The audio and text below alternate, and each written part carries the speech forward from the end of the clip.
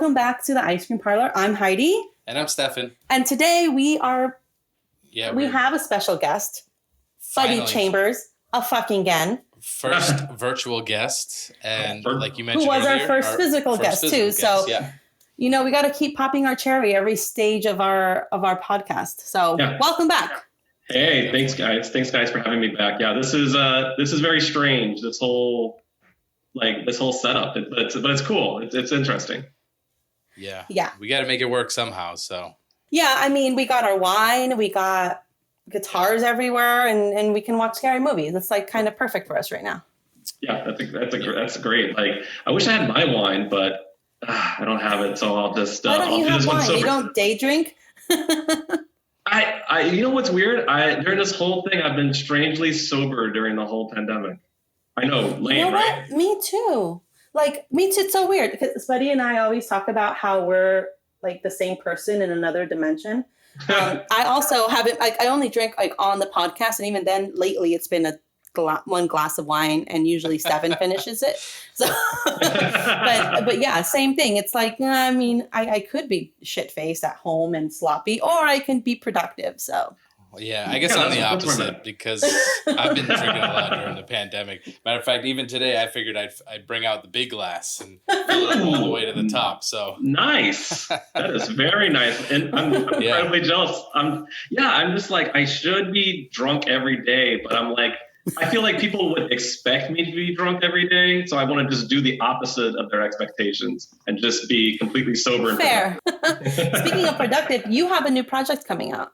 Yes, Bionic Beauty. Well, the last project, which is, how can I describe this? It's like everything 80s thrown into a blender, hit puree, and it's just that shit crazy. Like, there's a sitcom first that we're shooting, which is Bionic Beauty. I would say it's in line with things that you've seen in the 80s, family sitcoms, Small Wonder in particular. I love Small Wonder. Oh my gosh, we were just talking about it. What is it? It was some meme. Vicky the robot, right? Yeah, it was something like, if you know who this is. Yeah, I love Small Wonder. And along the same vein, there was also on Out of This World or something, right? And it was like freeze time. Yes. I had Evie. Back to normal. Evie was the girl. Exactly. He's like, who's that? And I'm like, well, I remember we're old. But I don't remember the name. But like, I had such a crush on her as a kid. Like when she like walked through the door, the paint was about to fall, and she does that. Oh, one of my first crushes. But yeah, like when I watched, I think this was around the same time we were about to shoot Blood Money, and I kind of just sat down and started watching like heavily 80s sitcoms and particularly Small Wonder, and I just remember watching the show and going, this premise is fucked up. Like, this guy steals parts from his job, creates a girl who's going to service his daughter, and he's got a wife who I guess she can still get pregnant. I was like, this is a very strange show. And then the girl sleeps in the boy's closet. And then I started like going down the well of like the show, like the guy who built his son a sex robot. Yeah, he created a sex robot before like he built his son a sex robot. And it's the funniest thing because to get her to kind of like stop or pause, you hit her on the top of her head. And that's how I forgot about that. Oh my God, not only that, like I recently watched because I like some reaction videos, and I recently watched, actually, I think it was Cracked After Hours. I don't know if you watched Cracked After Hours, but it was like my thing back in the day. I think they stopped shooting it some years ago. But they were talking about how the most fucked up episode of anything 80s was Small Wonder, an episode where they figure out that this one kid is kidnapped. I remember this one. Right? This one kid is kidnapped. And then he all family sitcom at the end. And they're like, well, he left with his dad again. Oh, well. Let's have cake. And so I remember that. They're completely indifferent to this girl being kidnapped by her father. It's just like they make light of it. And in this project, the sitcom, because this is probably more multi-layered than anything I've previously done before. For this one, it's like we're doing the sitcom first. We're shooting that for like a couple of days. So it's basically Small Wonder, but if the robot gained sentience realized how fucked up humanity is and just started going on a killing spree, let's say. That sounds awesome. It's like what is it, like the Femme Nikita? Isn't that something kind of similar? That's the, not Femme Nikita, because that's the one where she was like the spy, right? Yeah, but I thought she was like kind of bionic. No, I don't. She wasn't bionic in that. There's this movie from the 80s that I know there was like this part woman, part machine thing, and I can never find it. But there are a lot of movies that I think maybe I made up in my head. Same here. So I'm like, maybe it's a movie, maybe it's not, because I have fucked up dreams, and sometimes it could just be that. But that sounds like really fascinating. Now, going back to Small Wonder, didn't she start to develop not feelings exactly, but a greater understanding of the human existence and experience? Like every episode, she learned a little bit more of what it was to be a person. She does. It would stand that at some point she would start to develop maybe like that artificial intelligence, that sentient being part of her. What is it? Motherboard and whatever. Science. And then start doing killings. Like, why wouldn't you? Like look at our society. Why wouldn't you just want to just get rid of all the people and start over again? Yeah, no, absolutely. And like, I remember on the show, they had to explain because, you had a couple of, you had about, I think 3 child actors, including the one who played Vicky. They had to explain, the guy, her father on the show, Ted, he had to extend her joints because he had to explain somehow she's getting bigger because so they just tried to cram in. They had to cram in as much like episodes as they could because the kids were getting older rapidly. Right. And I remember in this project, I just watched these episodes and I was like, my God, like this premise is creepy, and like she has to sleep in the boys' closet. So I tried to make it very, and I always remember from the 80s, like sitcoms in particular, like they would have like something would happen in the episode, but the next week it would reset in terms of like there was no carryover in terms of like what you learned or anything. It's like it was very syndicated and very much standalone episodes almost. Mm-hmm. Yeah, exactly. So in this one, they're very self-conscious. Something horrific, incredibly horrific happens in the first episode, which somehow is they have a PSA at the end of this episode that has something to do with something that you did not see at all in what you just watched in the previous 20 minutes. It's incredibly fucked up. It's probably so like the PSA at the end of that kidnapping episode is, don't get kidnapped. It really wasn't it wasn't Punky Brewster that taught you, like Punky Brewster taught you don't play inside of a fucking refrigerator. You know what I mean? But Small Wonder was like, don't get kidnapped. Yeah. Don't get kidnapped. Let's have cake. For me, they're so like I'm kind of confused with so many of them because I don't really remember. I remember the titles, I remember little details, but like small. So the one that you're talking about with the fingers together is Out of this world. Yeah. Okay. Yeah. So the Small Wonder one, I'm having trouble visualizing that one. So it's a little girl in a red dress with a white apron. Okay, so that's not the. That's a Small Wonder. Right. And then she had the neighbor that was extremely nosy, and I always remember, no. Right? Okay, so she was kind of Harriet. She was very robotic, that one with the dress, yeah, right? Yeah, she talked like this. Right. And so then the other one that put her fingers together was more like Evie, and she was a real person, but her dad was half alien. Gotcha. Duh, come on. It makes sense, right? Yeah, I'm just trying to There was a lot of good cocaine in the 80s. I mean, and this one, I have, and you remember in the 80s, early 90s, you would have these older actors playing young parts. Like you'd have almost 50-year-olds playing, 15-year-olds. So I decided to have one of my actors for my first 2 movies, who's in his 30s. I said, how would you feel about playing a 9-year-old? And he was like, and he's like, sure. He's like, right on, let's do it. And I hope he has a mustache. He carries a lunchbox. It's going to be so cute. I'm going to have him with an Izod shirt and everything. It's going to be so incredibly dumb. Awesome. It's going to be fantastic. Awesome. And I'm actually really proud of it. We had the read-through earlier this week, and the actors are all they're all good. it's going to be incredibly it's very funny until it gets to the end and it gets incredibly dark and fucked up. And I was just watching their performance and going, oh my God, I don't know whether I'm proud or embarrassed that I wrote this, but I love it. And that sounds like it's right. It's right up our alley. We dig fucked up shit. And we're shooting on the third day after we shoot the sitcom. We're shooting fictitious commercials that will air in between the show. We're having. I mean, it's just shit that I kind of grew up on watching syndicated TV as a child. I think we have a 1-900 sex line ad. And please be obese men. You call to speak to obese men. That I wish would I be thought awesome. of that. I wish I thought of that. These are girls who are, very attractive, but they are very forward. Because I remember I watched these commercials. I always, even as a child, I'm like, why don't they just admit what they're calling for? The girl's, her phone. She's like, I'm waiting for you to call me.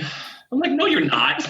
I'm like, you don't care. So basically in this, the girls are very direct going, give us your fucking money. And they get excited by everything. Reaganomics, tax brackets, hemorrhoids. It's over the top. It's just ridiculous.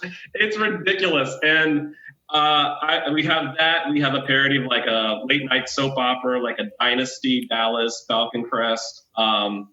And then within that commercial, there's an ad. Basically, the actress that you just saw in the soap opera is having to do an interview explaining her drug use. Awesome. And she starts tweaking when she sees a brick of cocaine. And it's fucked up. And I'm trying to think of we have a coffee ad, a Taster's Choice, that somehow segues into a gender reversal of Fatal Attraction. So nice. That's the way coffee commercials should be, because coffee is right up there with cocaine, where you Jones for it and you get fucking withdrawals. I kid you not, right now that we're in we're still in isolation pretty much here at home. Yeah. And for the most part, I'm a real asshole when I don't have coffee, huh? I can relate to that. I'm the same way. I'm a dick when I don't have coffee. I'll wake up, and my aunt's the same way, because we're both in the mornings we're and someone will have a conversation with me like my grandmother used to, and I would just be like, not yet. Coffee. Coffee. Exactly, coffee. The first sip, I'm like, okay, I'm becoming a human being. Now I can have a dialogue with you. I can relate. So we're both assholes when we don't have coffee in the morning. Absolutely. I'm an on and off coffee person. I used to have coffee every morning in certain scenarios, but then I would stop and I wouldn't drink it at all. And now it really just depends. If she makes it, I'll drink it. If not, I'm not really. I don't need the coffee. Well, so he drinks a lot of coffee because I'm very polite. I'm gonna make myself a cup of coffee, and I'm like, do you want some? And I think to save my feelings, he goes, sure. And then he doesn't realize that I'm in my mind, and I got my 2 cups of coffee. I tell people, I have to drink coffee so I don't kill you. I'm doing this for you. I'm super stoked about this project. We're shooting it in August. And then the previous movie, Blood Money, and my previous works, I'm trying to get all on Amazon Prime.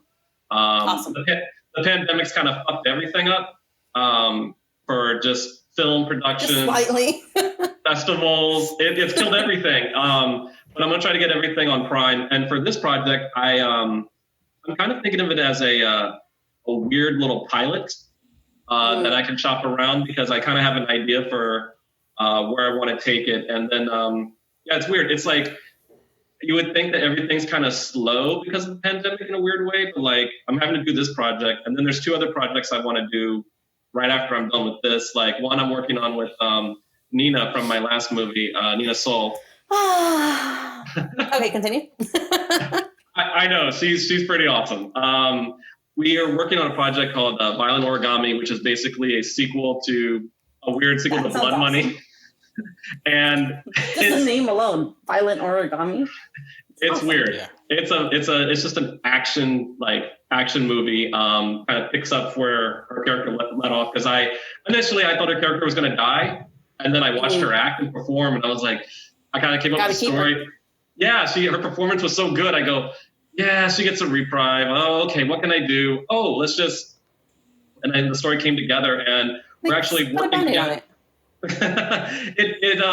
working with some producers and some investors to put together a budget and get that done. So right now it's just kind of COVID-19's kind of made everything slow. And then there's a horror movie I'm trying to do, which is kind of called Colony, which is, I know, right? It's a monster / body horror Cronenberg kind of film, just very grotesque. Very grotesque, and I have this. Do you need a consultant for it? Do you need a gore consultant? I know who to go to. I'm going to go to you. You know what I should do? I should tell you about. I should send you the script. I'm very proud of it. It's very grotesque. It's very graphic, but it's 80s kind of monster body horror. And I have this really fantastic actress that I'm going to work with as the villain. Charlotte Horton. I thought she's really good, and I was she's actually working on my current project, Bionic Beauty, and then I was like, oh, okay, I could put her as this villain, and it just kind of works. I think that's what I'm enjoying so much about doing these productions is working with actors in LA and finding roles for them and putting them in the right places, and it's very cool to just kind of work with. There's a really immense pool of talent here. And I'm just excited to kind of give them roles that they might not necessarily have. So I'm very excited to do it. Did you have any audition horror stories on this one, like you did with the previous one, where somebody came psycho with the gun? Not that, but let's see. It wasn't that bad as the previous ones, but I do remember I was trying to get some people for I remember one of the commercials, and I said, I think it's one I'm not actually shoot later, not during our initial shoot. But I said, looking for, I think it was wrestlers. I was looking for actual wrestlers, because it's going to be basically an 80s cocaine filled, promo where they're just screaming because everyone in the 80s was screamed and yelled and were roided out of their. They were roided out of their fucking minds. So I was looking for a wrestler who can talk, female wrestler. So I get this response. A wrestler who can talk. You would be surprised. A lot of people have difficulty, wrestlers sometimes. A lot of them have difficulty talking and saying scripted things. So I was looking for somebody, comedy, be really comedic. I get this response back, and it's an email, and it goes, hi, and it's this whole backstory that I didn't even ask for. Hi, I was a bartender serving and working in North Hollywood, and I got laid off because of COVID. So a person that was in my family taught me how to wrestle. So I have a video here of my friend who works with me at the same bar in North Hollywood, who's gay. Here's a video of us wrestling in oil. And I look at the video, and it's them wrestling in oil, and I'm just kind of going, okay. And then the clothes start coming off, and then they both just start fucking each other. And I'm like, time out. I'm like, what? Not that kind of wrestling. Yeah, I was I'm seeing penetration, and I'm like, what in the fuck? How did it get to here? And then she's tells me this story. Oh, did you know I used to escort for somebody? And yeah, no shit. I was like, I don't know how we got here. I was just asking if you can act. I didn't ask who you were fucking, who's famous person you were having sex with. That one was the craziest, and he's I'm gonna go wash my hands now. I felt dirty. Yeah, you had to take a cold shower. I was like, dude, I didn't ask for any of this. I just wanted a person that could strategically snuck that in there. Yeah, he's one of those guys that really want to just what is it called? Voyeuristic? Oh no, what is it? He wants to doing things in public. Exhibitionist. He's an exhibitionist. Yeah. Yeah, she definitely, she was like, I have more videos. I was like, I think I'm good.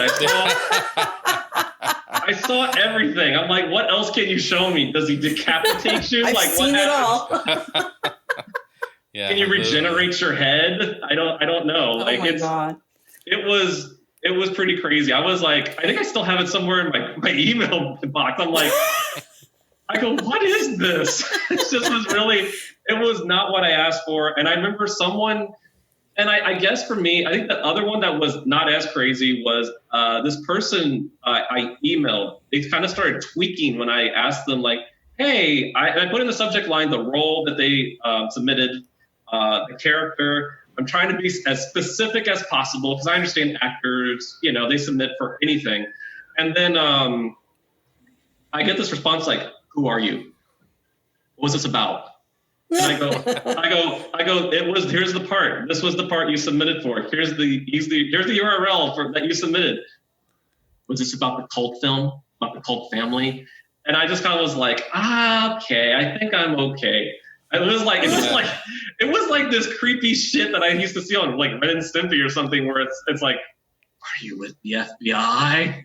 It was just like maybe she was a method actor, like maybe she was like thought that was the role, and she's like, let me just give it to him right off the bat. It was very like creepy. No, so I haven't had the same crazies as I had in the past, but this one was a bit better. But so they were submitting audition tapes, not directly going to audition for you, right? Like the last time we talked about your auditions, they were in a theater, but here everybody had to email them to you, right? So that would probably filter in a lot of crazy. Right, yeah. Yeah, everything has to be virtual. We totally understand things taking a long time. Like we thought that we'd be able to record this entire time, but we haven't, because then, you have other real world shit to deal with. So things have been slowing down in some aspects and not in others. Like in the episode that dropped today, that will be up before this episode, we talk about, we reviewed Ichi the Killer, by the way. Oh, nice. What'd you think? Did you like it? I described it as a warm cup of hot chocolate.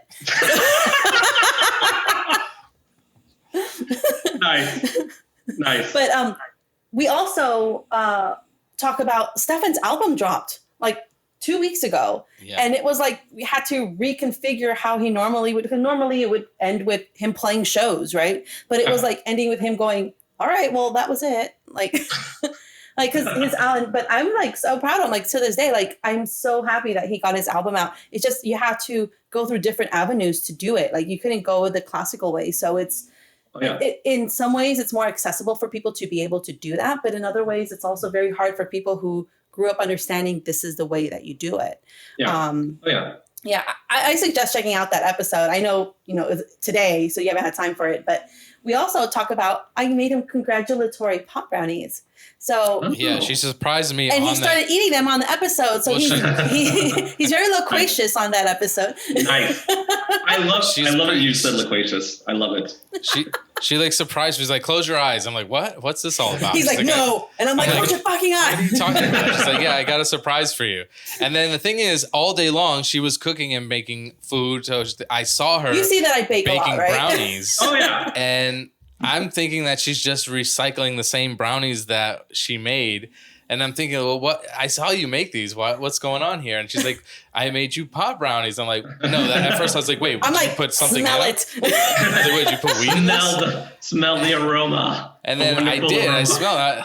And I was like, oh, shit, she really did. But then I was surprised because, like I said, I saw her making brownies. And it was strange because earlier she was making 2 separate batches. And I just thought because there wasn't a big enough pan for both. So just batch 1, batch 2. Some for me, some for him. Yeah. Just never do what I once did and eat all of them all at once. He did that last night. You did? I did. But to be fair, how many? It was, I don't know. It wasn't cut up into pieces. It was just one giant brownie. And I just ate the whole thing. It was like, you imagine one batch of brownies. So like a 9 by 13 pan of brownies. Yeah. Like like I ate brownies. A little bit on the day before during the podcast, and I finished the rest of it yesterday. But I asked her, I said, "Where did you get the weed from?" And so she's had a few little nugs. I've been stealing nugs here and there from him. That's nice. So they accumulated. My perfect. Give me.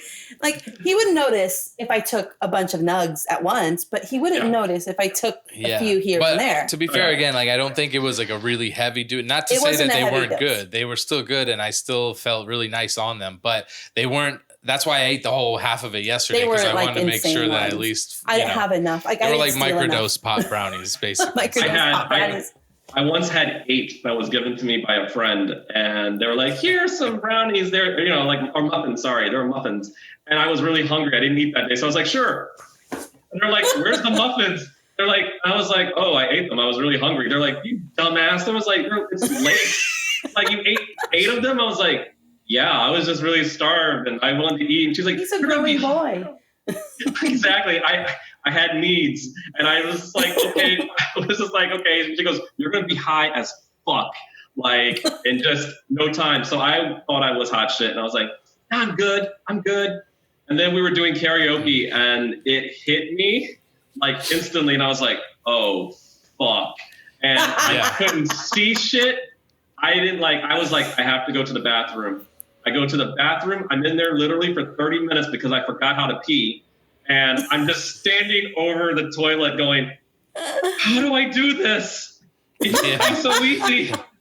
And it's bad. And I remember my ex-girlfriend at the time, or my girlfriend at the time, she normally wasn't nice and sweet. But this night, she happened to be nice and sweet and was texting me all these wonderful things. And I'm so fucked up. I can't even look at the screen, and I can't even read it, and I can't text. And I think she was like, "What are you doing?" I'm like, "I'm fucked up. I'm watching the History Channel. There's something about Nazis or something, or the invasion of Normandy. I'm really fucked up right now." And she's like, "Oh, you shouldn't do drugs." I was high until the next day, and I was still stoned. Even a day later. It comes on like a tidal wave when you take too much. For sure. I've done that too. Actually, I told her a story on that podcast about one, years ago when I had first made brownies or whatever, and we just didn't know how much to put in, so we just put in like, I don't know, a half an ounce or something of into the brownies, and it was just, they were really potent. I only had one experience with an edible, and I turned exorcist, but what was the worst part? Because I projectile vomited, and and I had to do math in my head before I can say words. So I had to do long division and find the square root of whatever, and then I can use a word. Yeah, she was out weird. It was weird, but what didn't help was we're big fans of. Was it Bert Kreischer or was it Tom Segura? It was one of them. They were talking. It was Rogan. It was Rogan. We were big fans of Rogan, and we were listening to an episode where he was like talking about edibles, we had like just previous to. It's on his stand-up routine. It's on. It's that's what it is. Oldster stand. Then why don't you tell the story? No, it's a couple. I don't know, a couple stand-up specials back. He did a whole thing on edibles, and then the whole thing in the joke, the guy's telling him, "Oh, you weren't supposed to eat the whole gummy bear, just the leg." Oh. And so I'm fucking high, right? And he out of nowhere says, "Just the leg," as a joke, and in my mind, I'm like, "Who's cutting off my legs?" Yeah, I kept saying it over and over again. Yeah, and I'm like, "What's wrong with you? Just stop talking. How come we can do math so fast?" I remember I went to Vegas with a friend, and we were doing like those, those like Rice Krispie edibles, where they lace it. My friend is like me, and she needs it basically to not murder people. So we're heading to Vegas, and I'm just taking some, not much, not like the muffins, but it was enough where my brain starts. I look at my phone and I start Googling lyrics. We were listening to like The Doors in the car, and I started hearing lyrics to songs I know, and I'm hearing new lyrics that don't exist, only in my own fucked up head. So like the next day, I remember the Google searches was like, I was like, wait, what? And then I was like, oh, I'm hearing lyrics to songs that I know, but I'm hearing new lyrics. I go, my God, I was fucked up. So I think any children watching this show, don't do drugs. Yeah, don't. I mean, I don't, but because I'm obviously like a lightweight, so I just don't want to. Same here. But it's just not my thing. Just wait till you're 21. That's my PSA to the kids. That's what I tell my daughter. I'm like, look, your prefrontal cortex is still developing until you're 21 years old. This impacts that area of your mind. So why don't you just wait for it to be fully developed and then do what the fuck you want? See, that's a good approach. That's what I tell my daughter, and that's what she in turn has told her friends, which is good because now I'm like infecting other children. So it's nice. like COVID. You're infecting. Yeah, at least you're approaching it right. Like I remember, do you remember the DARE program? Like in school? Yes, I remember the DARE program. I wonder if that's why I don't do drugs, because it's an oath and I signed my name to that. I think a lot of us did. I remember the police officer would like bring like a big thing of drugs into the classroom. Yeah, big suitcase of drugs. Yeah. And I guess for me, it had the adverse reaction because he's like, okay, here's all these drugs. And if you take these drugs, it's going to really fuck you up. You're going to start tripping, seeing things, and it's going to take you to places that you've never been. And I'm like, oh my God, I can't wait to take these things. When you got a stoner cop, I think, because our, LA cop, whatever, LAPD, they were our DARE cops, and they were like very stern and very strict. And, we were inner city, so they made sure to send over a Black and Latino officer. And nice, so they could connect to us, diversity. Represent. but they were very stern, and, they didn't engage like as well as they do now, like, because my kids did DARE program in their schools. Like, so it was just a little bit different. But, they didn't tell us that it was going to be fun or tripping or anything. They said it's going to destroy your lives, inside of your body. Your brain will turn to mush, all of these things. And I'm like already freaked out all the time. I'm kind of a hypochondriac anyway. And on top of that, I do have OCD. Like, do you remember, like, I wash my hands too much and my skin cracks and it almost bleeds? So, like, I have all that anyway. So if you tell me that something, if I ingest it or if I take it, it's going to fuck me up, I'm going to be like, I don't have control. Like, I can't let go of that control. See, that's me. I have OCD when it comes to like organization and like, because I alphabetize all my stuff and I keep everything in order. But I just felt like when the cop came over, the cop in our place, I mean, I grew up in like a southern place, so it was more like loosey-goosey. Like, right. Y'all are Floridians. I mean, I'm a Virginian. I was raised in Virginia, but I lived in Florida very briefly. Yeah. And when I had the DARE program was mainly, I remember it being in Massachusetts because that's where I was as a kid. But yeah, Florida, I kind of remember, but not really. And at that point in time, by the time I was in Florida, everybody I knew was already doing drugs. He's like, I was already high. Everyone was listening to the cop smoking weed while the cop's talking. Yeah, that's great. The cop probably smoked it before he got the cop was probably doing drugs before he showed up to the class. Like, for me, I felt like every cop was, I'm not saying all cops, but I had a thing against authority figures even as a young child. So I'm like, you don't say. Right? I think everyone's an inherent liar. So I'm like, this cop's lying to me. He doesn't do anything bad. It's probably fun. Let me go take this. Shit, I might steal this. It's probably fun. Jesus, I should tell my kids, don't ever clean. It's too fun. Like, totally will. That's still going to backfire on me. Yeah, but I remember they gave us the DARE Bear. If you paid extra special attention in class, and the DARE Bear would like sit at your, that was like the thing we had to get was the stupid bear that they probably got at like a 99-cent store and threw a stupid DARE shirt on him. So I was like, I gotta get the DARE Bear. I have to really work hard. And it was so... I feel ripped off because I didn't get a DARE Bear at all. And I did such a good job. Oh, really? I'll see. It's probably on eBay. I'll get you a DARE Bear for your birthday. Here's your DARE Bear. Happy birthday. The DARE Bear now is like a Care Bear, but he's all drugged out and everything. He's smoked out of his mind. His eyes are red. His eyes are all red and everything. That's the DARE Bear I want. A cracked out DARE Bear. That's what I want. Red eyes, permanent red eyes. He's got bumps from meth from years and of doing scabs everywhere. Yeah, that's what I want. I gotta see if I can find that. I gotta make that happen. Yeah, that would be awesome. Oh man! All right, so you want to want to talk about the movie? Yeah, let's do it. Isn't that a great transition? That was a great transition. Oh, Excellent transition. So, you want to talk about this movie now? So, we're going to talk about this fucking movie or what? So, Stefan and I watched The Thing. Well, back up. Stefan and I were supposed to watch The Thing, and we ended up watching The Fog on accident because we had brain farts. And The Fog, there's an episode on The Fog, and you'll see how much we hate it. It sucks. I hate it. It sucks. That said, we finally watched The Thing, and we have been pausing on recording this episode because we wanted to make sure Buddy was in on it, because he is a huge fan of The Thing and John Carpenter. So yes, I love John Carpenter. I worship. Well, see, going back to the Fog, that was his first movie after Halloween, and I will admit, not his best movie.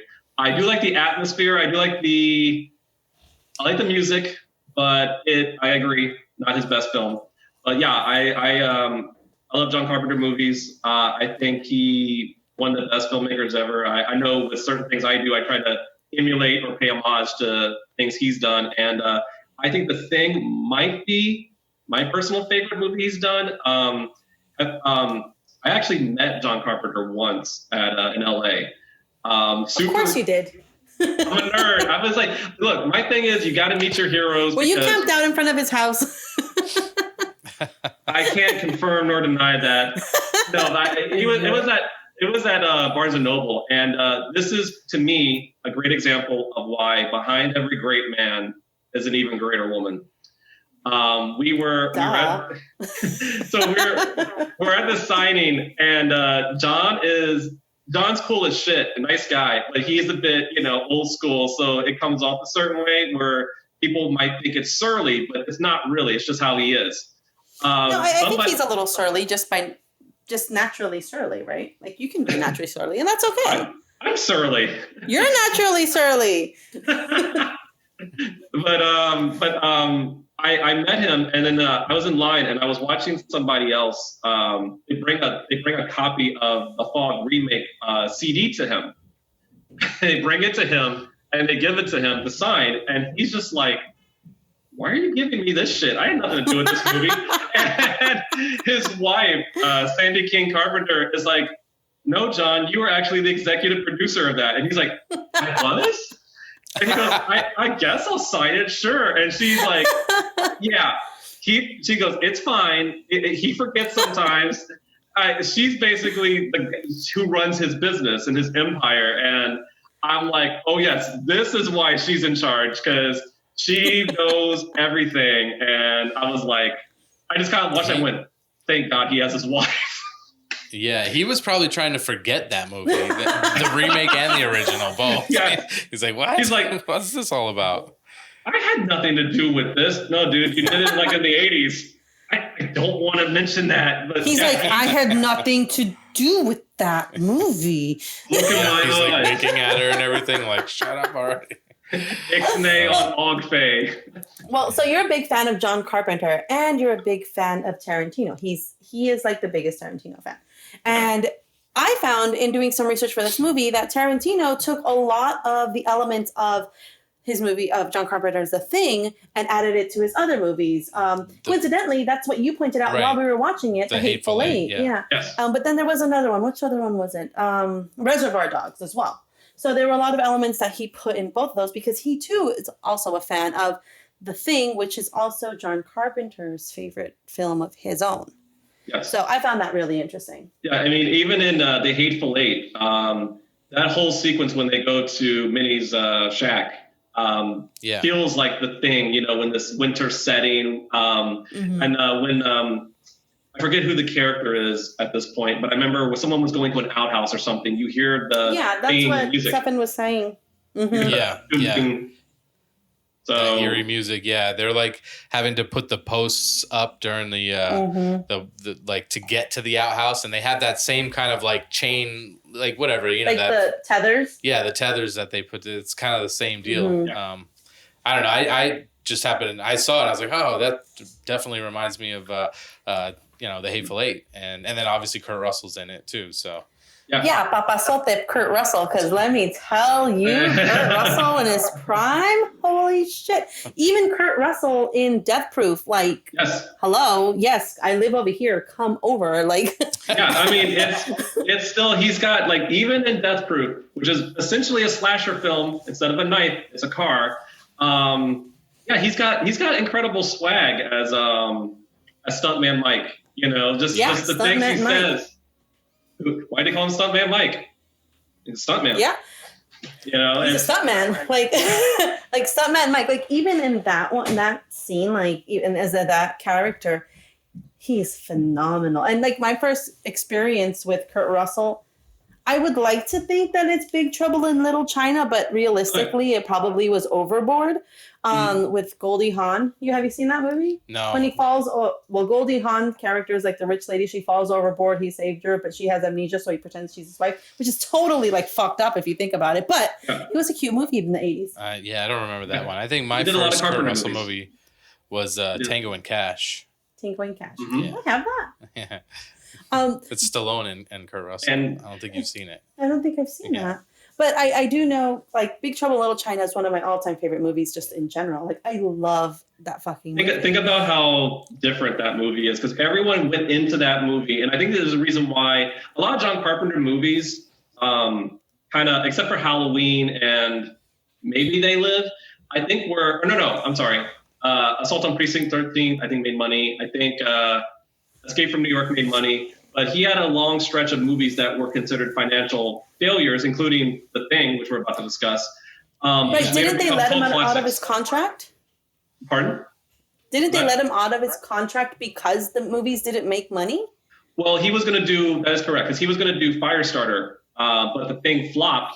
So they hired somebody else, and because Firestarter would have been John Carpenter because he did Christine, and he went on to, he basically, after Big Trouble in Little China, which was 20th Century Fox and a big budget movie. And I think the problem with that movie was not the movie itself. I think the movie's great. Fox didn't know what they were marketing because they go in and they're thinking, oh, it's just great big action movie with Kurt Russell. And you go in, you watch it, and Kurt doesn't do shit the whole movie. And it's the Asian guy that does all the work who's the hero, which is brilliant. Yeah, yeah, absolutely. Like we just recently watched it too. Yeah. Yeah. Like I just can't get enough of that movie. But Fantastic. It's funny that you mentioned Firestarter. Firestarter is the first horror movie I remember seeing ever. Oh, Firestarter. Yeah. And it was only because it was out on not even basic cable because I didn't have cable. But back when we were kids, we lived in a 1-bedroom apartment, and it was during the time that my family was emigrating from El Salvador. And so we had a bunch of fucking people in a 1-bedroom apartment. And I was not allowed to watch this movie, but my aunts and uncles didn't give a shit. So we were watching on regular TV Firestarter, and that movie stuck with me. I was Drew Barrymore. I was like, oh yeah, like I'm gonna set things on fire. Oh yeah, oh yeah. Like I was gonna set things on fire with my hair because I didn't understand it yet. I was like, I'm gonna set fire with my hair, and it was like that opened the doors for me. Like Firestarter was I just loved it. I think the reason why I'm such a huge horror fan is because at that point, it's kind of like when you become sexually stunted when you have some trauma around your sex, right? Oh, yeah, around sex, you're when you're developing your sexuality, and then that's how you lead to like these bizarre fetishes, like I could only have sex with guitars or something, right? But that's when you link something like that. But in my aspect, I think it was my love for horror movies became something that was so intertwined with family and feeling safe and feeling good that like at such an impressionable age, like I was Drew Barrymore in Firestarter, but my whole family had my back at that time. So I think that's why I developed this. I need to watch a horror movie to feel safe. Like, and then I do. Like he'll come home sometimes, and I'm like, watching Texas Chainsaw Massacre, sleep on the couch. Like, no, I need it as background noise. You know. By the way, if you do, I know you haven't done. I know you did the original. Have you ever seen the second one, Texas Chainsaw 2? Yeah. I know it's not the popular opinion, but I love that movie. I love the second one. It's so different. I mean, but it's Toby Hooper. That's the one in the radio station, right? Yes. Yeah. I love that. It's like the best movie. And who is in? Bill Moseley's in it. Like, yes. Oh, it is? Are you kidding me? It's fucking brilliant. Like I go, I love that Toby Hooper took the first one, and it's like, how do I follow this up? oh, I just make a complete black comedy out of it. But I told my friend, I said, watch it. It follows the original and it works. It's just funny. And the thing is, both of them stand alone as their own movies. If you really took them out of, there was a part 1 and there was a part 2, they're standalones. You know, like you can totally just build a different like universe around it because they're just such good movies. And yeah, it's a dark comedy. And like Bill Moseley's character is like amazing. He's like, I love Leatherface, but that Chop Top's great. Character. Chop Top's amazing. Yeah. Chop Top. Like it's like he's his own. He's just so elevated as an actor in that character. It's amazing. And I follow him on Instagram and he still does that character everywhere he goes. It's amazing. Oh, yeah. Yeah, I don't know. I haven't seen the second Chainsaw Massacre movie in a while, so I don't remember it at all, really. I mean, I came home and she was watching it one time, but I don't remember. I don't remember. That shit crazy. I was having a spa day watching Texas Chainsaw Massacre 2. Just relaxing, you know? It's a calming movie. I love that movie. And I mean, what other movie has a scene where, you know, Stretch is being, you know, how do I describe this? She has a chainsaw between her legs and we're having a very sexual scene with the chainsaw. It's very sensual. Yeah, it was romantic almost. She's using her charms, basically her femininity to get out of the situation, which is brilliant. It makes her like such a hero. Worked. It works. Duh. That's why we use it. Bubba's into her. And so yeah, when you do that one, please let me know because I have a complete love for that movie. Absolutely. Like I haven't even done the first one because it's just so. It's my favorite horror movie. It's one of the best. The original, and I just haven't done it because I just feel like once I do it, then how am I going to top it? So I'm kind of saving it for when it feels good. But it's like it's so close to my heart. Like I have like 3 versions. I have one in a tin somewhere. Like just because it's my movie, man. It's one of the best movies ever. Stefan is like amazing when it comes to kids. His family has Syed Leathers, and it's they build like those motorcycle racing leathers for guys who race motorcycles, like the protective gear. And so he's brilliant when it comes to putting together leather. And I'm always like, can you make me a leather face mask? And he's like, well, like, you're stupid. Nice. He's like, because he's like, how can you create a structure? You have to like do like a mold or something. And I'm like, fine. But don't make me happy. Going back to Tarantino and Carpenter, super brief. I mean, there is another connection in The Thing to Hateful Eight. Same composer, Ennio Morricone, who recently passed away. Everyone thinks, I know a lot of people for years used to think John Carpenter did the score for The Thing. He didn't. Ennio Morricone did the score for The Thing, but it sounds so minimal, like John Carpenter music. People always thought it was Carpenter, but it was really, Ennio Morricone. Right. Yeah, because he's been one to do the scores in most of his movies. This is the first time he did it. Yeah, I think this is the first time he did it. And the one reason why we know that before watching this is we have this little slash cards game where, it's like horror movie trivia. Mm-hmm. And one of the questions that came up recently was that like who composed the music? Like it's not John Carpenter. No, it's Edgar. What is his name? What is his name? Ennio Morricone.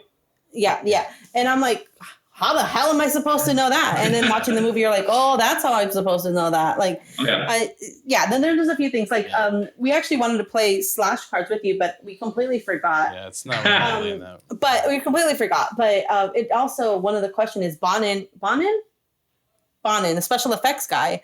Apparently that's also like, but it really is like amazing special effects. This movie is fucking phenomenal when it comes to special effects, like especially of the time. This movie is as old as I am, and it like literally it came out on the year I was born, and it is the special effects are so fucking awesome even to this day. Like I was watching it and I was like, ugh, that's kind of gross. And that's what you want. You want to be able to, even though it opens with like super dated special effects of this flying saucer, but those like gross, juicy elements they're spot on. They're spot on. So the funny thing about the opening sequence that I just saw too was that that's actually a play on from the original movie, which was the thing from the credits. Yes, the titles are the exact same as the original. That's why it's got that. And I would say Rob Bottin doesn't get enough credit because I mean I feel like in the 80s we had a wealth of like makeup special effects artists. Like I would say probably the biggest names are probably Rick Baker and Tom Savini, but you got to put Rob Bottin in there because these effects. Yeah, Rick Baker. These special effects. Go ahead. I'm sorry. I never remember Rick Baker. Every time he's like, I'm like, who's that guy? The white name. It's a white name, and he's like, I'm like Rick Baker. Rick Baker. Yeah, like I would say Rob Bottin has to have a place in that conversation because I agree with you. These special effects, even rewatching it for like the millionth time, there's just so many disgusting effects that hold up to this day that just make me uneasy and wince. And I remember neither of you watched the prequel, right? The prequel of the thing. Not inherently a bad movie, but they used a lot of CG. And the CG just looks fake, compared to the practical special effects of Carpenter. So you're saying they made a new version, but it's a prequel? That's what you're talking about? Yeah, we haven't seen that. They made a prequel that basically told the story of the Norwegians. Oh, okay, gotcha. But it's kind of like it's like you kind of know how it's going to inevitably end. Yeah. It's not as good as it's not near as close as good as the original. It's not bad, but the effects just look so phony because it's CG and the effects of this one are just great. Well, another thing I was seeing too in some of the research I did was we were talking about how not all of John Carpenter's movies made the money back and weren't all box office successes, and part of this one was the timing happened to be the same time as E.T. Yes. So that, obviously we know what E.T. ended up doing, and that definitely, didn't help. You got this cuddly friendly alien, and then there's this, really kind of gory horror brutal version. I think somebody just knocked on the door over here. So sorry. What do we get, a package? Yeah. Okay. You probably could have left it after the I know. episode. He knocked with such authority that I'm like, oh shit, it's the cops. Oh shit, it's the cops. Run. He knocked with such authority. I'm like, oh shit, you gotta flush the stash. They'll probably hear it in the podcast. Nice. But no, I agree. It came out at the worst time. Personally speaking, if you give me a choice between the cuddly, lovable alien that wants to just go home or a bloodthirsty alien that's trying to like kill everybody, I'm gonna always go with the bloodthirsty one. And the weird thing is, I feel like more people now talk more about the Thing than they do E.T., even though E.T. made a shitload of money and is loved. I don't feel like it has the same conversation like the Thing does. You know what I mean? Right. I agree. And like for the most part, my kids probably that's all I can compare it to is my own children. My kids wouldn't be able to sit through E.T. Like we used to do movies in the park back when the world was open. We used to do movies in the park all the time. And they sat through the Goonies, they sat through the Sandlot, they sat through all these old school movies that I love, like even Pretty in Pink. But they could not, we had to leave after 20 minutes of E.T. They just would not, it just does not hold up. It's just too dated, really. This happens a lot, though. If you look at a lot of movies that now have this, cult following and that are just known as great movies in cinema history, a lot of them didn't do great in the box office. Right. Like Scarface was not well received, and just there's tons of them. So I don't have it with me right now.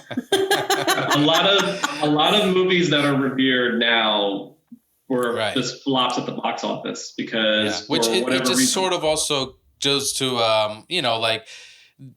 not saying that it's Well, I guess what I'm trying to say is that sometimes the people just fall for whatever the big hype is, you know? So just because something made the most money or was a huge success when it first came out, whether it be music or movies or television or whatever, you know, sometimes it's just people buying into the hype and it doesn't stand the test of time and, you know, it'll fizzle out. Like you're saying, E.T. is not one. Yes, everybody knows it, but really it's not, as like you said, as talked about as the thing or other movies. So, well, then there's people like me. Like, I love movies. I'll sit here and have a movie marathon by myself and get extremely fat and no problem, right? But I hate going to the movie theater. Like, I'll go to the movie theater when it's like an event, like Beyond Fest, Cinematic Void, or Secret Movie Club. Like, I'll do any of those, no problem. I'll sit there and watch 6 movies in a row. Sure, no problem. There's an elotero outside. You know what I mean?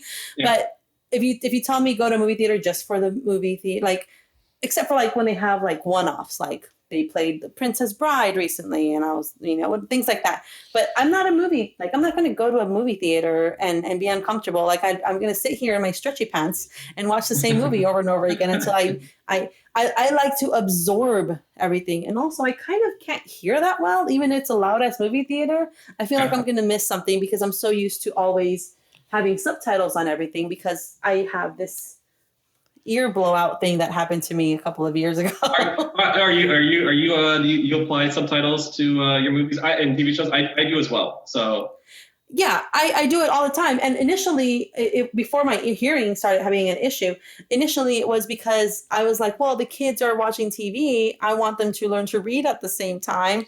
Yeah. Boom, put on subtitles, you know. And then that was very helpful. And then I realized I was relying on the subtitles because my hearing was going. And that was also its own thing. Like, but I don't like going to the movie theater. I would much rather wait for a movie to be out. Like, right now, I'm fucking loving it. I don't have to worry about new releases and having to miss it. Either sacrifice going to the movie theater and having my anxiety flare up, or wait a long time and wait for the movie to come out. So, you know, that there are more me's in the world, I think, than we give credit for. Yeah, no, I think I'm slowly, like, I still like going to movies. Like, you know, like going to see a Tarantino movie is always like a big event. And I'm kind of with you on that. Like, I want to go for big events. I want to see Tenet, the Chris Nolan movie.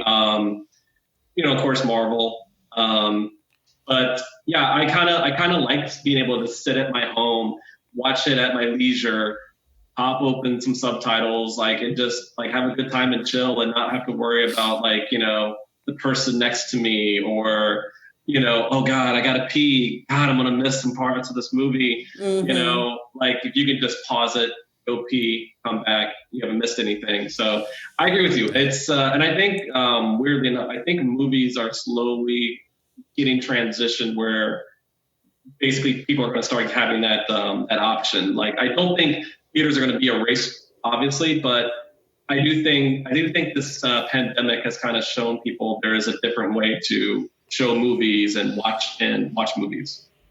Yeah. Absolutely. When it comes to subtitles, I'm a little bit on the fence with it. Like, I actually don't like subtitles when I'm watching something for the first time around, because I feel like my eyes get just glued to the bottom of the screen, and I feel like I'm missing other things that are maybe subtle little things that you don't notice. So, like, if I've seen something first and without subtitles, then the second time around, I don't mind having the subtitles there, because then I'm okay with reading into every word of the dialogue.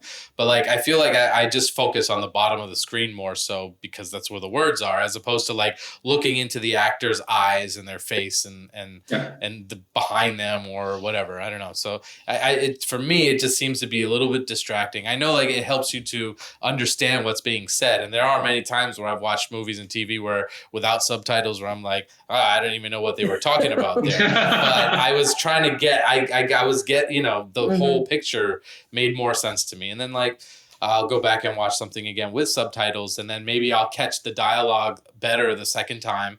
And then, yeah, it all makes even more sense then. But I just like to visually keep my eyes focused on every part of the screen, I guess, as opposed to just always having to watch the bottom of the screen to read. And I don't know, maybe also she reads super fast. So I know, like, for her, she could probably read all the subtitles and then still look around. But for me, I'm still reading the sentence and they're going on to the next scene or whatever. And I'm just kind of like, whatever. So I don't mind them, but I'd rather have them there the second time I'm watching it as opposed to the first time. I totally get that. Like, I love foreign film, but most importantly, I love foreign horror films because they're so fucked up.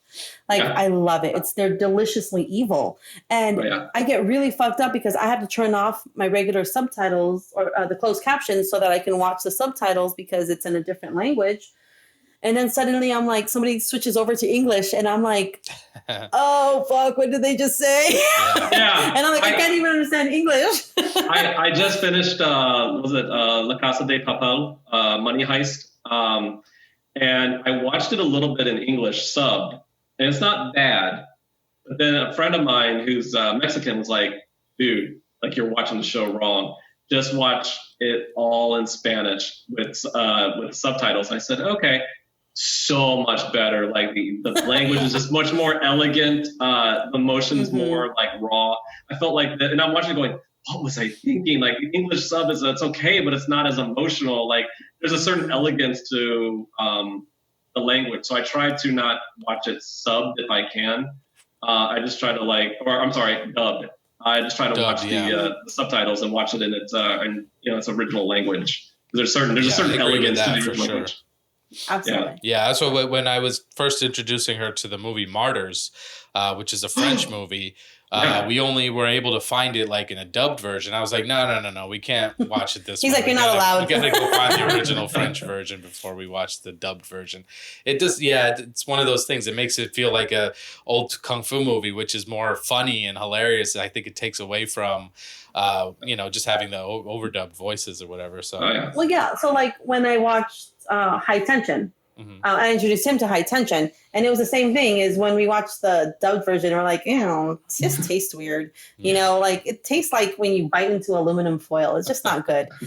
So you have to have it kind of like in its true form, in the movie at its most raw. Yeah. So that's the best you're going to get is. And in those cases, when there are, foreign movies and they have to have subtitles because of the translation, that I don't mind as much. I guess like when it's like something in English, I'd rather not have the subtitles because it's the one thing I noticed when we first started watching stuff together. She always had the subtitles on, and I was just kind of like, all right, well, it just wasn't my thing. And then I remember one time we watched a movie with no subtitles, and I was like, oh, I enjoyed that so much better. So, didn't you? I know what he's getting for Christmas. Oh, yeah. Nice. He's getting a movie without subtitles. And that's it. Nothing else. Nothing else. Okay, so what were we talking about? I don't know. Something called The Thing. All right. So yes. Kurt Russell. He's like the most beautiful thing in the whole world. I think, anyway. What do you guys think? Do you guys agree with me? Oh, he's dreamy. Yeah, sure. He's so dreamy. I did notice that they did a kind of like a shot where they panned across and it was just nothing but his butt in the middle of the scene. Oh, you noticed that too. Lovely. Let's talk about there that was some nothing more. else. It was like he's dead center of the screen with like the gun holster kind of like sideways and the bullets and it's like, all right. Kurt Russell's amazing. I would say this before we begin the in-depth analysis of The Thing. If you've never seen the movie and you are a huge dog lover and you love dogs, don't watch this movie. This isn't for you. I know. Yeah. This movie, okay. Yeah. Trigger warning, dogs get fucked up in this movie. Like, not even like cute, like, just. Yeah, right. From the opening scene. The opening scene, like. They get straight to business. So this movie, Roger Ebert described it as the most nauseating thing I've ever seen on a movie screen, which means that we obviously were immediately drawn to it, right? Like, oh, we gotta see this. It's like as close to a video nasty as we can get, right? Like as a John Carpenter movie. But it is spectacularly brutal when it comes to like the animals in the movie, like this is specifically the dogs. So the movie starts like this: the goodest boy ever, like the goodest boy. He was apparently, his name was Jed, apparently the dog actor, and he was half wolf and half Malamute. The most beautiful, the most goodest boy is outrunning a fucking helicopter that's shooting at it and throwing dynamite at it because that's how you get a dog? I don't know. Obviously, we don't know in the movie at this point in time what's happening. And I thought it was very strange. Why are they trying to shoot this dog down, you know? Obviously, as the movie opens up, it starts to make a little bit more sense on why they were trying to come after the dog. But yeah, so as a newbie viewer, you don't know what's happening. These people are trying to shoot a dog. Such a beautiful dog. And it's like it's making a mad dash, but it's so elegant in its strides. And it just goes across the ice like that's where it's meant to be, because that's where it's meant to be. That's the breed. But it's just so beautiful. And then this helicopter comes out of nowhere and you're like, did you just throw dynamite at that dog? Like, and they're desperately trying to kill this dog. And I remember when I first saw it, I'm like, why do you want to hurt this dog? He's beautiful. Like, little do we know. As we go through the movie, we find out that this dog is actually like fucked up and deserved to get burned, like because he wasn't really a dog, right? Yeah. So we'll go through that in the movie, but I mean, as after you see that opening scene with the dog running and the helicopter chasing him, basically the dog makes it back to their camp. Yeah, right? So apparently the dog had run away from like the Norwegian camp in Antarctica in the Antarctic winter of 1982. And the dog was running away from the Norwegian camp, which was miles and miles away, and ran all the way across to the U.S. Base camp to seek refuge because he was getting chased by these Norwegians with dynamite. And we meet people. We meet Kurt Russell in all his glory, and all of the other characters that are in the U.S. Base camp because he runs them to seek shelter. But then the Norwegians land, and one of them accidentally blows himself and the helicopter up. Yeah, it's like he tries to throw the dynamite, but it falls out of his hand backwards or something. So weird. And he's like, oops. Yeah, and then he tries to go get it too in the snow. Like he's digging through the snow, like he's gonna have enough time to pick it up and throw it away or something. Like talk about bloopers. And then the guy, the other guy is like trying to shoot the dog still, but because he's shooting the dog and the dog is with the Americans, they shoot him and they kill him, not knowing what the fuck is happening. Yeah, they shoot him right in the face. I mean, they are just like, what's going on here? Why These is this guy shooting they're at this hovering dog? around with a helicopter, shooting at a dog. They blow themselves up. Like, what's happening here? It's just like, we're minding our own business. These guys are out here doing some weird shit. Yeah, the best part is Kurt Russell's drinking the whole time as this is happening. J and B. And when we actually meet Kurt Russell's character, his name is McCready, but we call him Mac in the movie. When we meet him, the dog's still running to the camp, and he's playing with this very seductive chess game. And then he accuses it of cheating because he loses. What a little prick. Yeah. He pours his drink into the electronic. He's like, shitty bitch. Great. But that's the kind of man that it is. Like they were all in that's the kind of man it takes to go voluntarily into a space where you're going to be in isolation, you're going to be in an uncomfortable climate, and you're going to just be there doing work and not interacting. Like as we go through the movie, the guys interact for food or whatever, but really they're all kind of just on their own because they're just the personalities that require isolation. So it takes a certain kind of person to be on this space in the first place. Now, one question I was just thinking of, having to do with the dog and him going to that camp. Now, obviously, the Norwegians are chasing it because they know what the dog really is, and they were trying to kill it, I'm assuming, right? But they have their own pack of dogs in that little kennel in the American camp. So did they think that this was just one of their dogs and they just put it in with the rest of them? Or did they know, like, oh, this is a stray? So what I want to say is that they probably just thought it was a stray because obviously it wasn't one of their dogs, because they had that guy Clark, one of the characters. He's the guy that takes care of the dogs. They're sled dogs. They're for helping transportation or whatever. But that's what I feel. And my question when it comes to the dog is, so spoiler alert, it's a fucking alien inside the dog.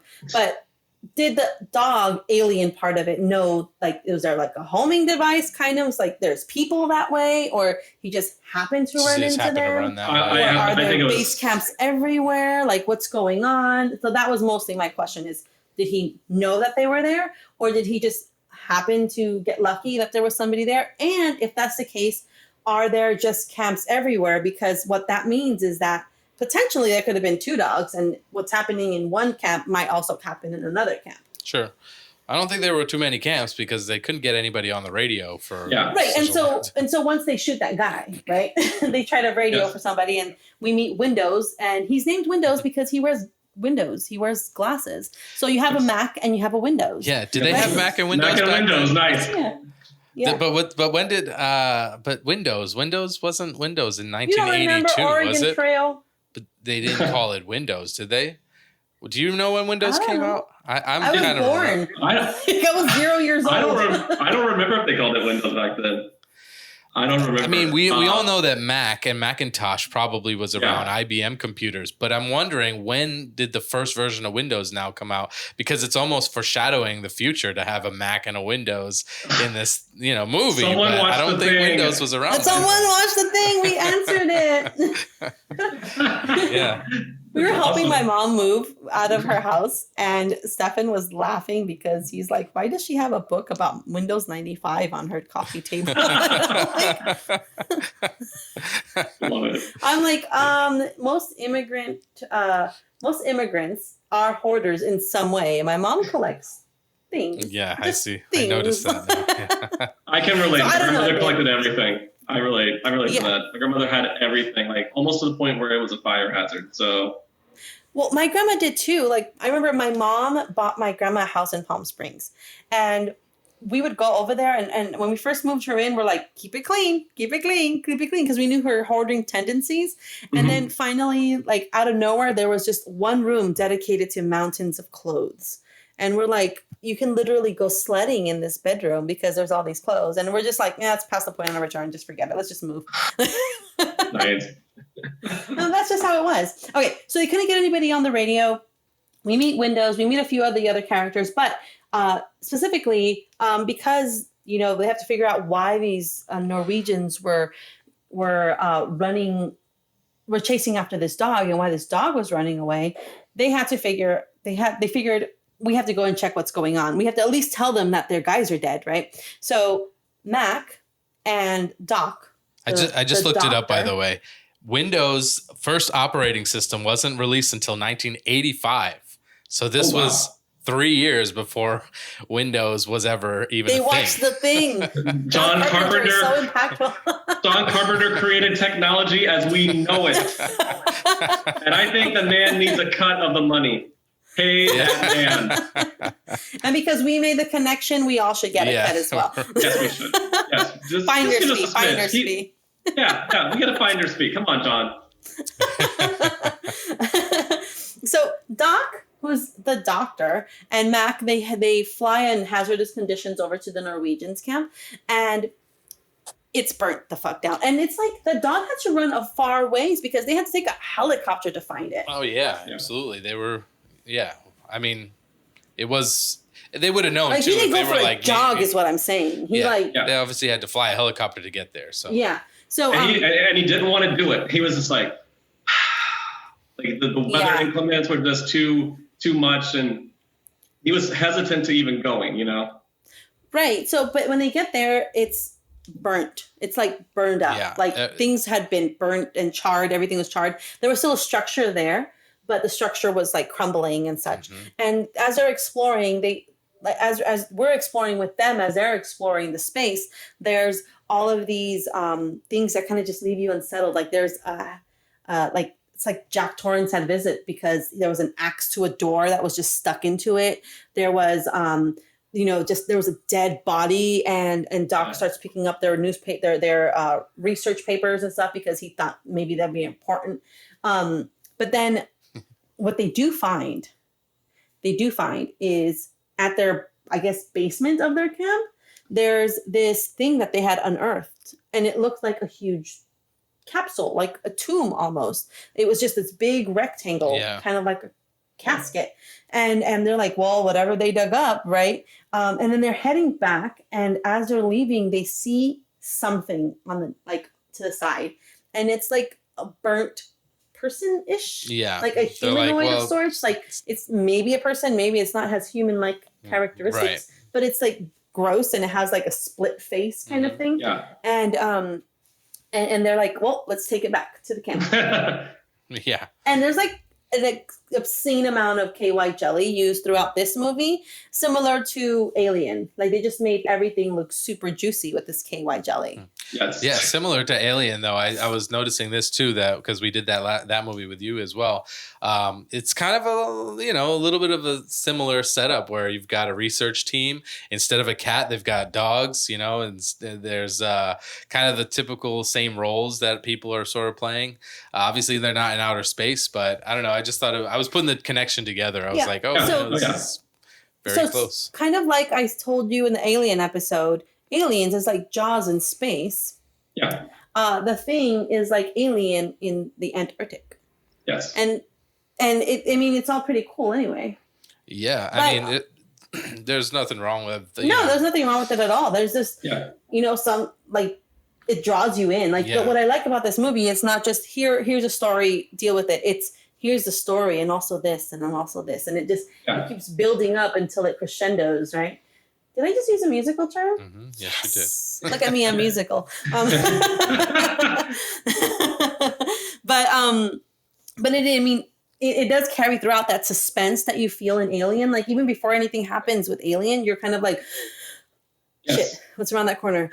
What's happening now? Like you get the same thing here because as you're walking through that camp, that Norwegian camp, you're like, oh shit, what's around that corner? And you're kind of like finding yourself kind of like peering behind the corners to see if what you're going to see. But interestingly enough, the U.S. camp and the Norwegian camp, they were the same camp. They just rearranged the furniture and stuff, which is really smart. Yeah. Yeah. Anyway, back at the U.S. camp, though, the dog had been left behind and he was loose. He wasn't in a kennel or anything, but they do show this scene where he's creeping down the hallway and the song Superstitious is playing in the background. And all throughout the movie, when I was taking my notes for the movie, I kept writing not superstitious, but suspicious. And I'm like, oh, that's like a really good job inserting that song there because it kind of like puts that little bit in your head and you're like, oh my God. Like, oh my God. Because you do figure like either this is going to be super paranormal or this is going to be alien or this is going to be this or the like sci-fi or whatever it's going to be.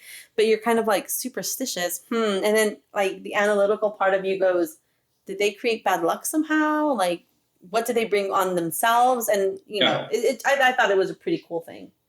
It's a very creepy. For me, it's a very creepy. It's a very creepy scene because he just walks in the room and you just see the silhouette of the guy and you're like, what is this dog going to do? And it just fades to black. So you're like, what the fuck is going on here? Like, what did they bring back into this camp? Yeah. You're like, did that dog sexually assault Clark? And the silhouette is not, you can't really make out who is the person from the silhouette. Like, there's no characteristics that, say, oh, well, that was Kurt Russell or that was the doctor or that was. But it was a big guy. So I guess you tend to believe that it's the big guy that was taking care of the dog in the first place. I guess. Yeah. I mean, that's how I saw it anyway. Well, again, I'm just I did a quick dive on tidbits and facts just to get a couple other things in my head about the movie.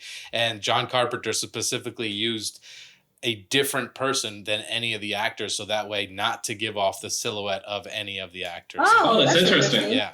Because I immediately saw, it's a pretty beefy guy, and the beefiest guy there is Clark, right? Yeah, that's what I thought. So, that was just one of the things that I. You know what else he did? He didn't tell anybody who was infected throughout the movie. I mean, they knew their script, but he didn't know who was infected. Like, so the cast didn't know who they were supposed to be portraying as whether or not they had it. And it was pretty good. It was pretty good that they did that because at some point I was even thinking, well, do they even know when they're infected because of the way they play the characters? Right. Yeah. Like, because later on in the scenes, they're trying to figure out who has it, and they're like, all like, oh my God, do I have it? Do I have it? And so it makes me think that they don't know they have it. It's probably laying dormant. Right. Sure. Like syphilis. Yeah.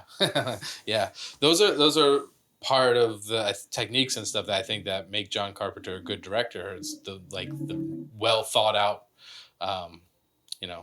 he thought it all out really thoroughly and executed it nicely. So yeah, absolutely. There are a lot of movies that we watch together, and I'm like, there's a plot hole right here. Check this out. Check this out. Check this out. And or I'm like, this doesn't make sense. how did they not catch that? Or why is this like this? And so mostly, except for the stupid fog, John Carpenter films, like I don't pick apart. I'm like, oh, I can enjoy this. I don't have to worry about, they fucked it up and that's all I'm going to be thinking about. Yeah, I think this movie is probably the best, in my personal opinion, the best expression of paranoia in a movie ever. Like I have never been more paranoid watching anything than this movie. And I think it kind of plays, it's kind of appropriate and it plays very well considering our current climate that we're in, where no one trusts anyone. And, you know, even themselves almost, they're worried, you know, am I infected? And, you know, when you can't even trust yourself, that's terrifying. And let alone like these people that are supposed to be, you know, your colleagues or whatever. And everyone's hostile towards each other and everyone doesn't trust the other person. I think this movie is the best like adaptation, representation of that fear. And it only builds and builds throughout the movie, you know, and, you know, even when they get back to the camp with the body, I love the scene when they reveal the body. And I really do think it's a genuine reaction because like the body's smoking still, like there's still smoke, you know, billowing from the body and everyone looks like they're about to vomit. Everyone looks like they're about to retch. Like I could totally understand why Roger Ebert called it a barf bag movie. Like it is sickening, especially at that time. Like at that time, you're not used to these kind of special effects. Like, E.T. was gross and ugly, but that was probably accidental because it's supposed to be an alien. But I always found E.T. to be gross. Did you? Yeah, with his phallic fingers trying to point at you. You're like, get that thing away from me. What are you going to do with that finger? Like, go away. Don't bring that over here. I don't know where that's been. But it glows. It glows. That doesn't make it any better. It did in the 80s. Anything that glowed in the 80s was really? Tell me more. I don't know. Night bright, right? Turn on the magical colored lights. What? Wait a minute. The 80s were fucked up. I'm surprised any of us survived, to be honest. I was telling Stefan that we used to be left alone all the time, and I used to bake because I've been baking a lot during quarantine, and I've been making a lot of meals. I'm fancying myself a chef right now. Nice. But unless I forgot to defrost something for dinner, by the way. Anyway, we're having pizza tonight. This is just a byproduct of her watching the Great British Baking Show. Too many episodes. I love that show so hard. Like the Great British Baking Show. It is the cutest thing. Like I cry at the end of the series of each season. Like it's awesome. Anyway, what was I even saying? Something about something. Well, we were talking about the reaction to the smoke and the smell and everything. You were about to tell an Easy Bake Oven story, I think. I don't know. I forgot. Anyway. We almost burned our house down because we used to make like little sandwiches, but like with a cracker, a piece of bologna and cheese. And we would open the oven, turn the oven on, never close it, but just cook it like directly on the oven racks. And that's how we would make food. We also had 2 burned forks at any point in time because we used to put forks on hot dogs and cook them over the stove. And that would be our lunch because we'd be left alone when we were so young. And one time we like literally almost died because my brother and I baked a box cake and we turned on the oven, but the pilot light was out. And the cake was cooking for hours. And we're like, it's not done yet. But we're stupid. We're like 8 years old. Like, how are we supposed to know? We're not supposed to be left alone at that age. Oh, my gosh. So anyway, and that's how I got brain damage. Your house is going to look like the Norwegian camp. Yeah, definitely. So the Norwegian camp, that's where they found that body. They brought it back. That's the body that they unveiled and was smoking. And then Blair had to autopsy it. And Blair is, I guess, the other doctor. Now, this is an all-male cast, and I read that there was supposed to be a female, but she ended up knocked up, because kids ruin your careers. And but was Blair supposed to be this character? Like the woman supposed to be this character? Because Blair, I only ever know Blair. Like I have a friend Blair now, but like the only other Blair I knew was from The Facts of Life. Yeah, right? That's what I was going to say. I know that Blair from The Facts of Life, but I don't know any other Blairs. Blair's the blonde, right? Yeah, she was the blonde. Yeah, that's true. Blair is typically a female name, I would assume, right? So, yeah, I don't know. That's Was that the female character? Maybe. I know that one. I don't know. I just know when I look at Wilford Brimley, I'm watching this. I go, Wilford. It's just weird to see him in this kind of a role, and I think he was like. I mean, I always know him as diabetes, but in the diabetes commercials. But I think he was only like he was almost like 50 here, and I'm like, no offense to him, but I was like, dude, he looks old. He looks old here, So I'm like, this guy's been like old my entire life. So I was like, he's looked perpetually old as long as I've lived. I was like, that's quite a talent. And I mean, it was just, I read an article like growing up. I think he's warmed up to the thing now. But there was an old sci-fi magazine called Starlog when I grew up, and they would review like sci-fi film or sci-fi films, TV, whatever. And I remember they interviewed Wilford Brimley, and he said, I think the thing stinks, and I think his opinion changed over time as it became more of a cult phenomenon, and he started to realize, oh wait, this is maybe what Don Carpenter was trying to do. But yeah, like it's very interesting that Wilford Brimley, who's kind of like I grew up as everyone's, he's the lovable grandpa figure. He's pretty fucking malevolent here in this movie. Yeah, he's fucking fucked up. And I love it because it's so rational. His fuck ups are so rational. It's like, well, looks like I got to take out the helicopter. I got to take out the tractor. I got to kill the dogs. I got to, take all ruin all of the blood. Like, I got to do all of this because we cannot let this escape. Yeah. And we're done for. Like, it was so rational. It was like, so rational as him shooting at the black character just for no reason was so rational. He was going to kill everybody anyway. I know, that was rational. It was like, oh, you walk right into it. Like, great. Saves me a trip. And that's not even about race. It's like convenient. Like, so the reason that I mentioned the dog. Okay, so the dog is watching the autopsy, and when they open up they open up that creature during the autopsy, they see that there's human elements in there, but it's not completely human.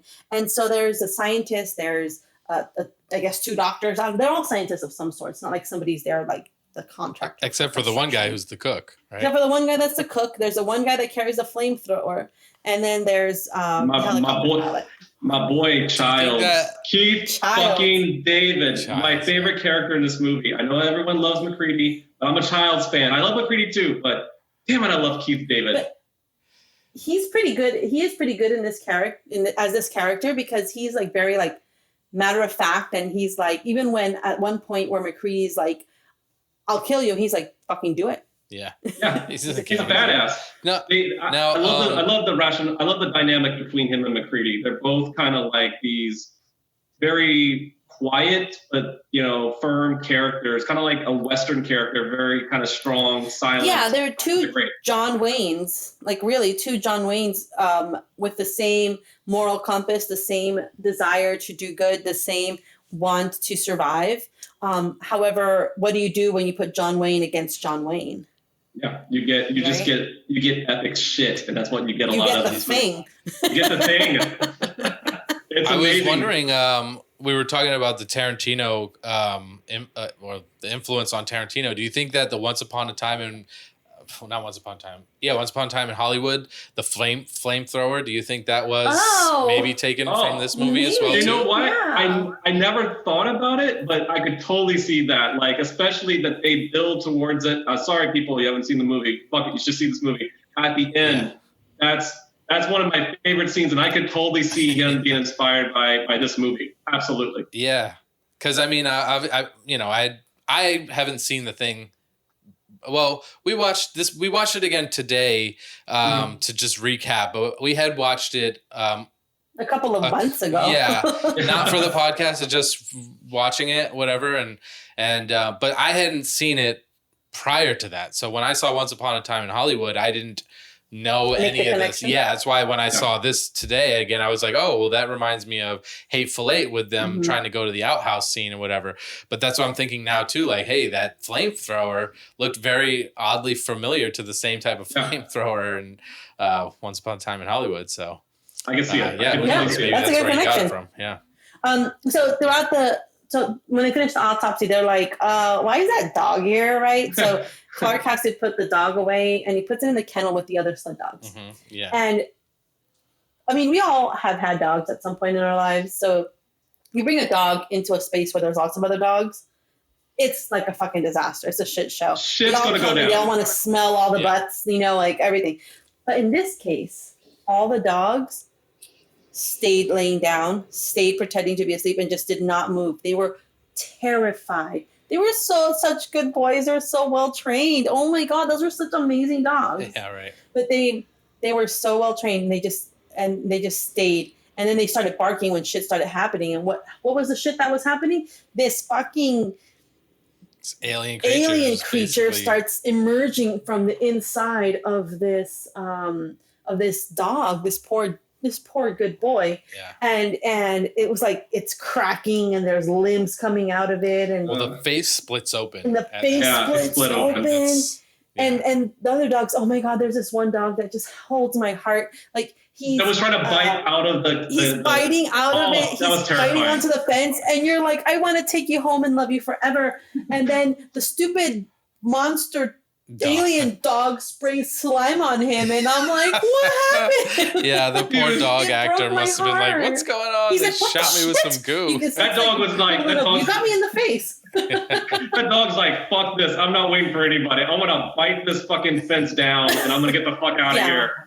That is like the best. That is, oh my God, that is such a resourceful dog. But then it like, he gets shot and then he's like freaks out. He's like, that wasn't in my rider, and he like never see him again. Yeah. I asked for kills and bits. I got shot with jelly instead. I got shot with KY. But so you hear the dogs are barking. Clark comes running, and he goes to try to help the dogs, and he's like, oh shit, because one of the dogs does run away. He gets out, and he's like, oh shit, he sees this transforming fucking thing and comes out, and I'm sorry, he closes the door and locks the thing in, and then Kurt Russell's character, so I'm just gonna call him Kurt Russell, and Kurt Russell hears something happening, and he's like, oh shit, pulls the fire alarm smartly, like smart, like good job, and runs in there. And then he assesses the situation, and he calls for Childs. He's like, get me the fucking flamethrower. So now Clark is so upset because he loves these dogs, and you can really see how much he loves these dogs. And it's really such a beautiful relationship. And, but Childs gets in there and he burns the fuck up out of that fucking thing. I do love before he does it, he's so like in like shock about what's going on. He just kind of stares, and it's like, and then McCready has to go, Childs, like snap out of it, like burn him. Like, how it's very, to me, how would you react? Yeah, you would freak the fuck out in that situation because you couldn't believe what you're seeing. So it's very realistic reaction, And I do feel that Childs is the kind of character that has seen some shit in his lifetime. Yes. And now he's looking at something else, and he's like, what the fuck am I looking at? Like, what did I sign up with all these white people for? Exactly. He's like, shit, I should have just stayed home where it's safe. Maybe I'll just walk over to the Norwegian camp. It's safer there. Bye. As the flames and the smoke clears, everybody's scared and confused, and rightfully fucking so. But I'm still mourning the death of the dog, because I love that dog. Is just so beautiful. So Blair, the dude girl, starts another autopsy, right? And as he's and then they open it up, and there's like a whole head inside. There's like something else was forming. So that's when they kind of draw the line of, well, they kind of have to like absorb who you are, and then they can then imitate you perfectly.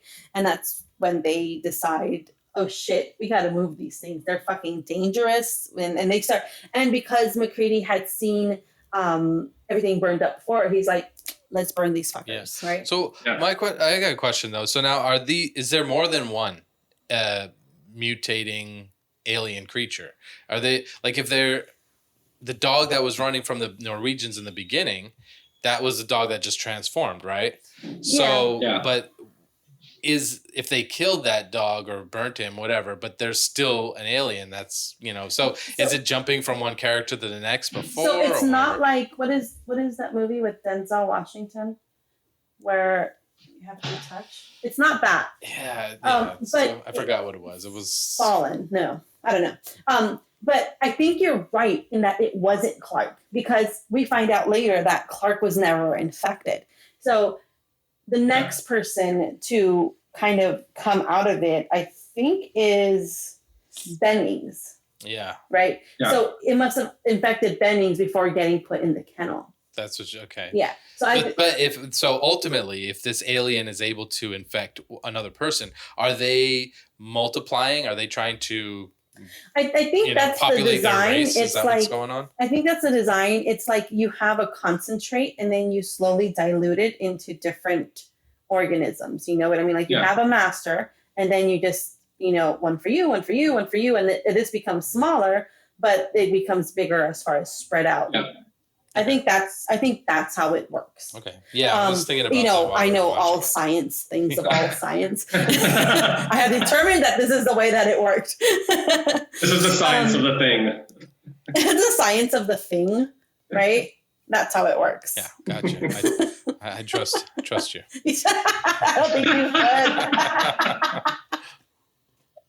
should. All right. So where was I? Okay. So then Clark is questioned about the dog. He's like, Doc is questioning him. And he's like, how long were you with the dog? Because now Doc is like, well, you must have gotten infected. Like you must have, you spent the most time with the dog. Mm-hmm. And so now he's being, that's when Doc starts being suspicious about everybody. Then as a group, everybody starts reviewing the Norwegian video that they found at the base. And that's when they see that they had found something else. They had found a fucking spaceship. Not even a spaceship, a flying saucer. Yeah, giant flying saucer. And that thing that they had found in the base, that big coffin thing, was removed from that. So what I would think of it being would be a flying saucer came, crashed in the Antarctic, and the escape pod also, because they were crashing, the escape pod came out and landed nearby, and that's how those things happen to be together. That's how I would read it, but, science. Okay. Trajectories and acute angles. Yeah. Well, they probably at that point in time don't even know how big the spaceship is because they're only seeing the video footage, and then later on they go and find the actual ship, like in that crater or whatever. But this is where Child goes, I just can't believe any of this voodoo bullshit. I love that line where he just goes, Blair, do you believe this voodoo bullshit? It's just the way like Keith David says the line, and I'm just like, it's just one of my favorite characters. But then Palmer, Palmer's the guy that's always lighting up, right? He's like, yeah, I believe it. They own all of South America. They taught the Incas everything. Yeah, that's right. He's the whole aliens have been here before conspiracy theorist. So now Blair's doing all the research, and in his findings, we see his findings. We see that there's a 75% chance that someone else is already infected. Mm-hmm. Yep. And there's 27,000 hours until the whole world is infected. Yeah. So that's when you're like, oh shit, there's a time clock. You got to get shit done. You got to do it now. Like whatever you're going to do it. That was like their 1982 version of Google or Siri, because he was just like waiting for this computer to give him like the answer. It was definitely 8-bit. But it was like osmosis. Yeah, the diagram of the little tiny like imitating cell. Back then, those were cutting edge graphics. Yeah, those were cutting edge graphics. Like, let me tell you. But that said, I took my kids to the museum, the Gene Autry Museum, which we call the Cowboy Museum, and they have Oregon Trail there where you can play. And it took me a long time to get the kids out of that exhibit because they really dug it. Like it's still engaging to this day. That was the best thing we had growing up. It was like, I remember when it was like, we have to play Oregon Trail. And I would just sit there going, oh my God, I have to kill this buffalo. Like, give me a second. Oh, I died of dysentery. Fuck. Okay. I always died of dysentery in Oregon Trail. I mean, I think everybody did. I don't know anybody who's beat it. We all died of dysentery at one point or another.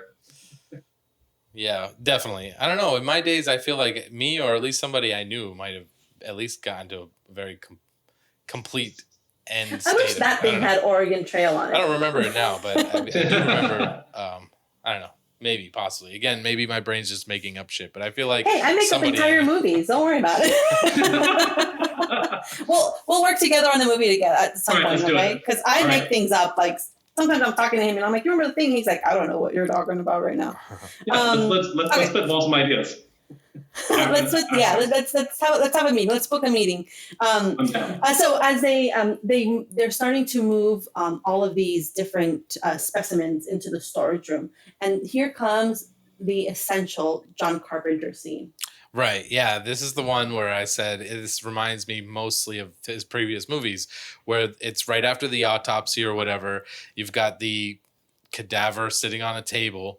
They think he's dead, but he's not. And he starts to come back to life. He did the same thing in The Fog, which was very reminiscent of Michael Myers or something, with the legs coming down and standing up and whatever. Yeah. But yeah, this one, it's that you see the tentacle or whatever come down out of the... And just the way it falls is disgusting. Yeah. But not only that, but I'm watching Tentacles like this morning when we were rewatching it. But the last episode we recorded, we talked about tentacle porn. And so now it's like this whole different meaning to me. And I'm like, this is really disgusting. It's so grotesque. And they're just talking and it fucking props up legs. Well, yeah. And so Bennings is like, has his back turned because that's the part of the scene. It's, back's turned. You don't notice something that's supposed to be dead is moving. And he's just like doing stuff, like putting stuff away. And then suddenly he's like captured. And then Windows, who was there with him, had been sent out to get keys and came back. And he looks and he finds him being absorbed by this creature. He's like getting strangled by the tentacles. Yeah. And so Windows then turns and runs for help. And when everybody comes back, he's gone. Mm-hmm. Yeah.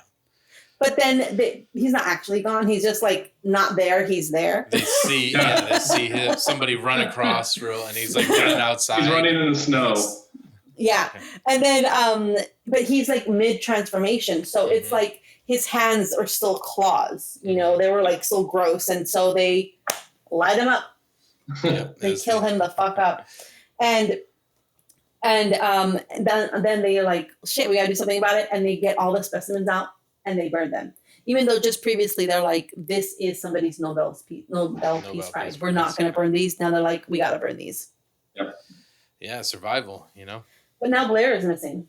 Right, because this is after didn't he go cuckoo already? This is after he started throwing shit and started shooting at everybody and everything? This is when he's going cuckoo because they're done burning everything up. And then Mac sees somebody running from the helicopter and into the base, and he goes to the helicopter and sees somebody has sabotaged the helicopter, and he goes inside and then there's a commotion, and it is Blair, and he is destroying all the computers. He had already, so this is the point where he's gone berserker mode. He destroyed all the computers, he destroyed all the modes of transportation, he killed all of the dogs, and we even see a dog with a hatchet or an axe to his neck. Yeah. And he also destroyed all the blood.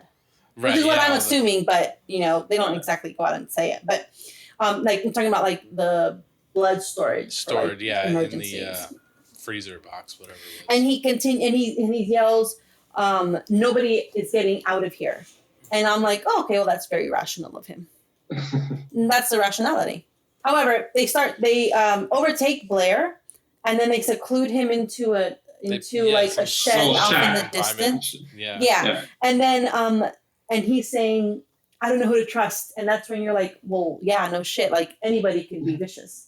Like nobody knows, like this right now, anybody can have COVID. Like we could have COVID and not know it. That's why you fucking protect yourself. Right. But wear a mask. And so he tells him, watch Clark and watch him close. And that's where all the suspiciousness comes in. Poor Clark. Oh, poor Clark. This guy has the worst luck in this entire movie. Yeah. He's being He's just like a dog lover. I just came here for the dogs and the snow. I like snowmen. I like dogs. I like huskies. Like.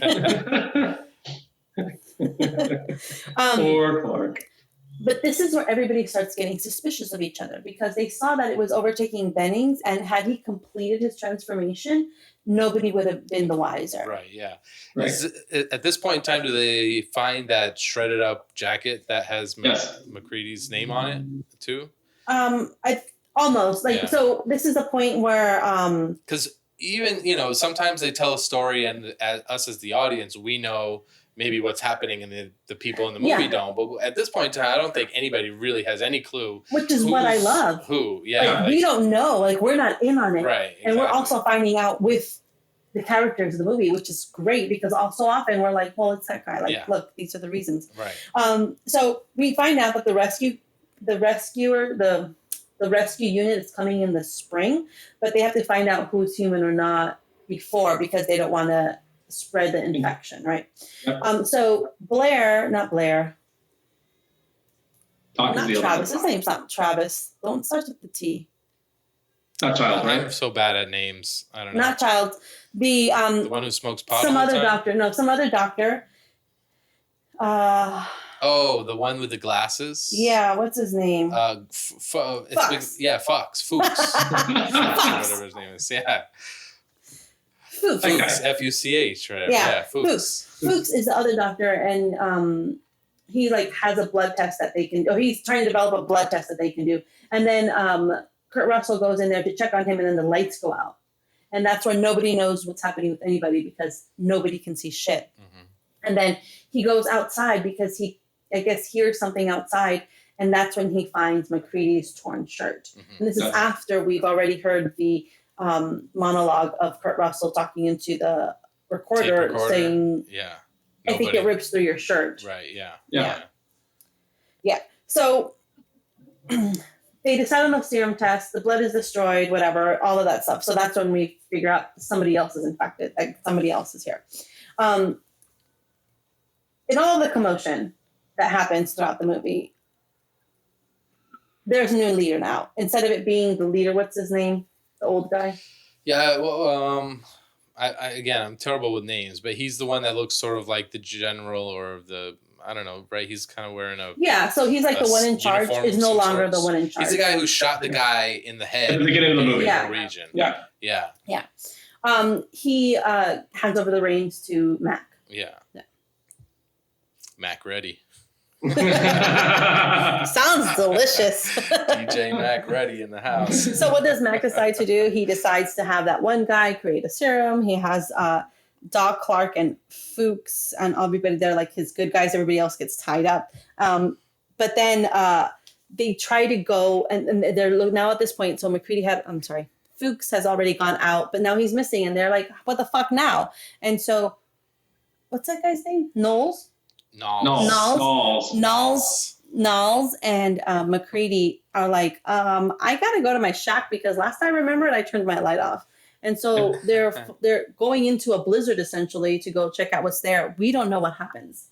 Yeah. All we know is that later on there's only one of them coming back, and it's Knowles, and he's saying, I had to cut the line because I found his shredded up jacket, and I just cut the line and booked it. Yeah. And then we see Mac, and he's like, what the fuck? Right? And they won't let him in because they think he's infected. And so he ends up breaking in through a window, and there's this huge standoff, and that's when Childs has a flamethrower pointed at him, and Mac has dynamite. Yeah. He's gonna kill them all. But Knowles had one great line earlier on in the movie, but we kind of skipped over that part. But he's like, "Which one of y'all leaving your dirty drawers in my kitchen?" or something like that. That is a great line. So after that, they're so in all that kerfuffle of the standoff, Norris is a guy that we didn't even think about. Then he's the character where the guy was acting really normal, and he himself didn't know he was infected, but turns out he's infected because he starts like just seizing up a little bit, and he he can't breathe, and so they take him. They call medic, whatever, and when they're trying to defibrillate him. Oh gosh. Oh yeah, his fucking stomach opens up. Yeah, like a fucking shark's mouth. So yeah, like.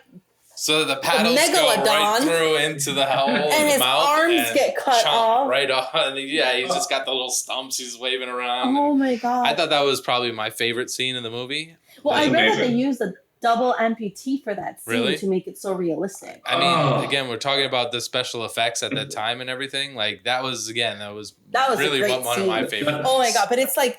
It opens up and it's like there's this void and this darkness and you're like, oh my god! His hands just go right down into the middle, and then it's like when you miss that last step. You think there's an extra step when you're going downstairs and you're like, oh shit! And that's what it felt like. That was a great scene. Oh yeah, that was definitely so grotesque. But okay, so that is transforming and they're trying to kill it, but at this one time, the head comes off of the rest of the body. And because the rest of the body was being burned, but the head comes off and it hides. And then the head sprouts these crab-like legs or spider-like legs. Yeah. And it hides. Two fucking antennas. That also, and I don't know, from like, it came out very fast and very natural. And it didn't look like it was like a sped up. Because I feel like there was fog or something or smoke in the background. But like, from like a editor's standpoint, like sometimes you just speed up the film to make it look like it's going faster. It didn't look like they did that. So this stuff came out at a very fast and natural like pace. And it looked organic. Yeah, it looked real. Yeah. And I was like, whoa, that was pretty cool. It's just like the legs sprouted out and the little antennas come out the back and then he's like crawling off. And its head's upside down. It's so gross. The best part is I love their reaction when they saw it and they're like, yeah. And Palmer's like, he's like, he does this slow like,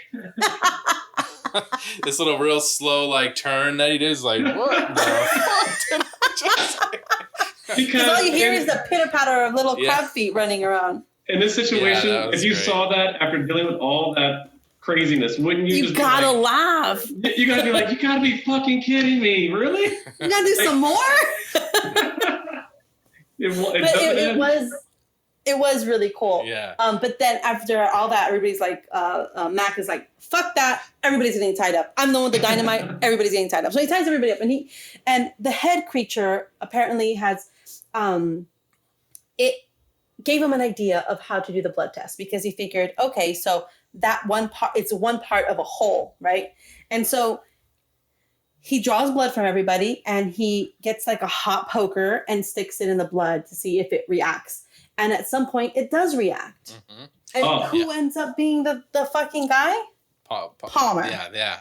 Palmer. Not before he shoots Clark, by the way, trying to subdue. That's what I'm saying. Poor Clark. Poor Clark. He got the raw end. Like, he gets shot. He doesn't have to go through anything else, but he gets shot, and it turns out he wasn't even infected. Yeah. So Childs is like, yeah, it must make you a murderer, right? Because he just like... McCready's like, fuck it. Yeah, so, but it's like this amazing scene when Palmer gets... He's already infected, but when it reacts to the hot poker, to the blood... he's like turning into this big grossness thing, and everybody's Childs and Norris or whoever the other guy was, and it's just yelling. He's like, "Get me the fuck out of here!" Because he's like bubbling and like forming, and they're like his eyes are popping out, and they're like, "Get us out of here!" Because it's like they're next, they're right by him, and they're like, it's that fear, and it's just it's so insane, and I feel bad for poor Windows. Oh my gosh. So Windows gets munched on, which then means he was going to get infected. So they blowtorch him too, or they flamethrow him too, and then things calm down. We find out Childs is okay, which is a great moment, by the way. And he's like, "I wonder if let's do it." Like, that was beautiful. That was John Carpenter also foreshadowing the Windows crashing. And, and all the bugs and all. It's like Mac is more better. Awesome. And I realized I said more better. I did that intentionally, just in case anybody in the podcast world thinks I'm a dummy or I've drank too much. I said that intentionally. It's just the edibles, I swear. Shoot, what was I even going to say? Oh, okay. So Childs is totally cool, and so is that other military-looking guy, the leader, whatever. This stuff feels so bad that I don't know. It's like a great cast of characters. These are all well-known characters. So it's kind of sad that we don't remember them. We'll get his name right now. Hold on. Just keep going. But after that, they go and they try to find Blair because they're going to test Blair. And they go out to the shed, and they don't find him there. He's gone. He has escaped somehow. But as they're exploring the shed, they go down. They feel like there's a false floor, and they see that he has been building some like spacecraft or some kind of mode of transportation. And when they do that, they're like, holy fuck, this guy's been super busy, because he used tractor pieces, he used helicopter pieces. He was doing something all right. And I think that character's name is just Gary. Gary, yeah. Yeah, that's yeah. Okay. So Gary Knowles, is it Gary Knowles and Mac are at the shed trying to find Blair. He's missing. Mm-hmm. Childs is back at the main base, and they out of the window, when they're heading back out of the window of the shed, they see Childs running to the generator room, and then all the lights turning off, and they're like, shit. All the heat's going to be gone. It's going to be negative 100 degrees in X amount of hours. And Mac's like, that's exactly what he wants. The creature wants to be dormant and sleep in the ice, so that it can infect the team that's coming in the spring. Then Mac says something that carries out the rest of the movie. He says, we're not getting out of here alive, and neither is that thing. Mm-hmm. That thing, they used it, the movie title in the movie. So they have a plan of attack. They're going to blow everything the fuck up. Like, fuck up, like, everything that can be possibly alive in this space. And so they go to set off charges. They toss dynamite into some of the rooms, and then they go into the basement room, which seems counterintuitive to me. Like, wouldn't you go for the base first? Because if you go downstairs, everything will collapse on you, but whatever. Science. And so, They go down to the basement and they plant charges, but then they split up, because that's always the best thing to do in a horror movie. They split up to put the charges in different spaces, and that's when Blair shows up, and he grabs Gary. Thank you. I was struggling for his name. The guy, his fingers go into his face. Grabs him and starts osmosis jonesing him, and then it's just like starts absorbing him, and so he's fucking done. But then it's a really cool scene. I like the fact that there's not too many. Like, obviously we've seen decapitations many times in many horror movies and in so many other ways, but like I can't remember too many where you see like the fingers going into the skin. Yeah, kind of like in The Mummy when the what are the scarabs go into the skin? Although that was very CGI in those days. But it was so cool at the time. Yeah, okay at the time. But I mean, when you go back at I watched that movie when we were on the little RV trip, and it's very CGI'd. It's a little too. I still love Brendan Fraser in the. But anyways, this was not CGI'd. Brendan Fraser, you should watch him in Doom Patrol. He's actually on that show. He's fantastic. Really? It's on. Yeah, it's a DC show, but he's really good on that show.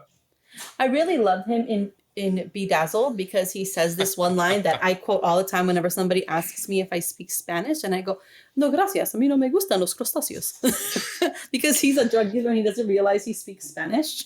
No, okay, never mind. No, you guys don't know girl movies. No, that one had Elizabeth Hurley, yeah, she right? was the devil. Yeah. Okay, so Gary done for. Knowles is also planning some explosives, and he's like, I don't see this guy, and he disappears. He just walks into forever. We never see. We never see Knowles again. Nothing. Yeah. But so then Kurt Russell is there by himself, and he's like, how's everything going? And he pulls off his hood, and he's like, oh shit, where the fuck is everybody? Yeah. And then he readies the dynamite, and then he sees something in the distance or something. He feels something, and then suddenly like out of nowhere, this tidal wave of like ice comes up, and it is in its full glory, Monster Blair Gary Knowles. Yeah. And it is just grotesque looking. And it's like Tremors. It comes through the ground. Yeah. And that's when Mac gets the dynamite and tosses it in there, runs the fuck out of there. And that's where the whole place just starts exploding and imploding on itself. And it's just this fantastic scene of just explosions galore. And he makes his way out and he's by himself and you think that the movie's over. Then comes Childs. Yes, and these two classic, like strong characters are the final characters of the movie. And they just sit there and they're questioning each other about whether or not they're infected. But Max says at this point, what could we do to each other at this point? Like just accept our fate, right? So they figure they have a bottle of J&B. They're going to just wait it out and they're going to just die. And they're just, you want to take it away? They just end it with, we'll just sit here for a while. See what happens. Yeah. And that ending is probably the most theorized and debated ending, probably of any John Carpenter movie, one of any movies. I would say everyone has their theories. People say that when Mac and Childs are talking, Mac's breath is showing, Childs is not. So a lot of people think that Childs is the thing. They say when Mac gives him the flask, it's actually filled with gasoline. And he watches Childs drink it, and that's why he's laughing, because he's like, he thinks he is. Personally speaking, I like to think... He doesn't take a drink like himself. Mac doesn't take a drink from that bottle. He does not. Which could mean he could be the thing Childs could be. I like to think the opposite.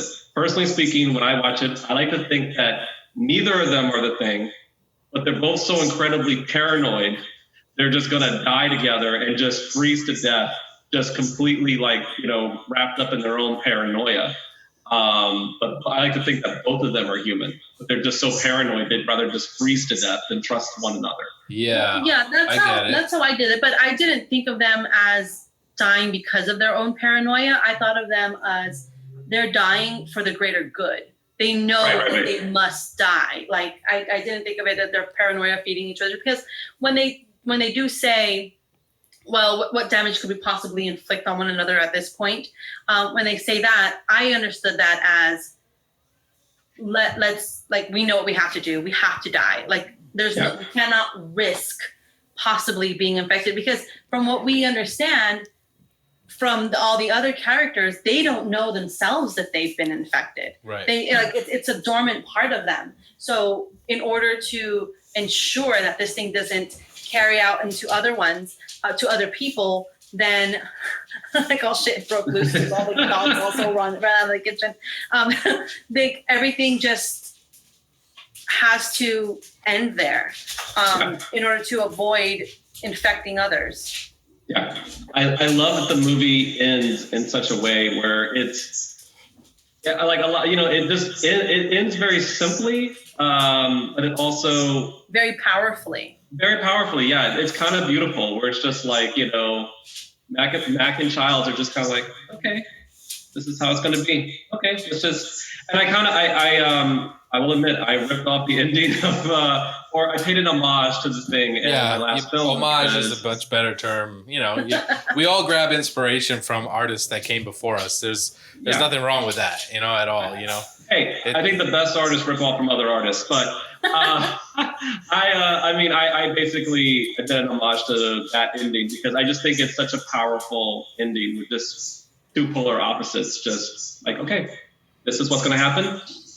We're cool with it, and it just ends. It's beautiful. Probably one of my favorite endings in any movie ever. After that part, that was it. It just fades out after that. It fades out. Right. That's it. Yeah. You just hear that theme. Mm-hmm. Well, also we're going back to that breath.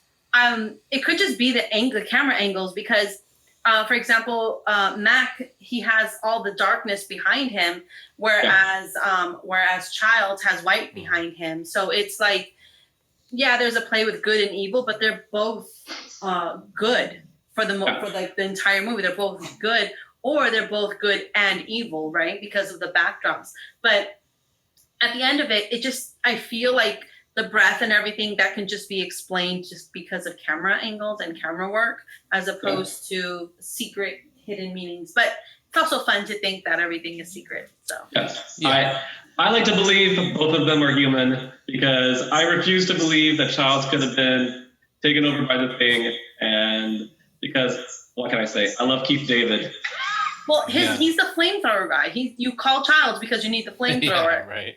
Right, I know. How progressive is that, too? In 1982, they were like, give the black man the flamethrower. Yeah. The black guys are not the first ones to die in the entire movie. Yeah. They're like the last one. Like, one of the last ones to die was the other guy, Knowles. Yeah.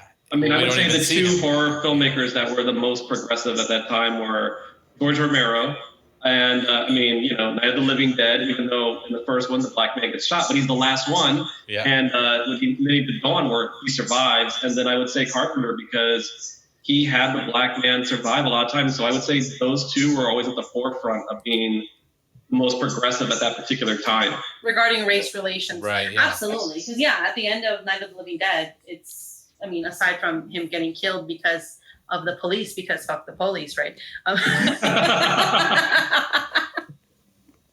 He's the last one to die. So, it's a great movie. Great movie though.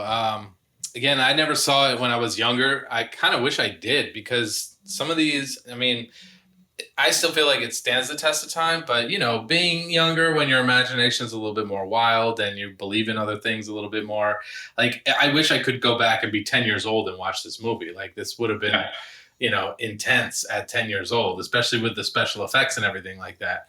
But even though I'm almost 40 now, I'm still definitely glad I watched it and I enjoyed it. I actually do enjoy the fact that I was able to watch it now with a few other little tidbits and different perspectives and knowledge on other things, because it helps tie a lot of it in together, I guess, whatever. But yeah, fun movie. I definitely recommend anybody watching it if they haven't seen it.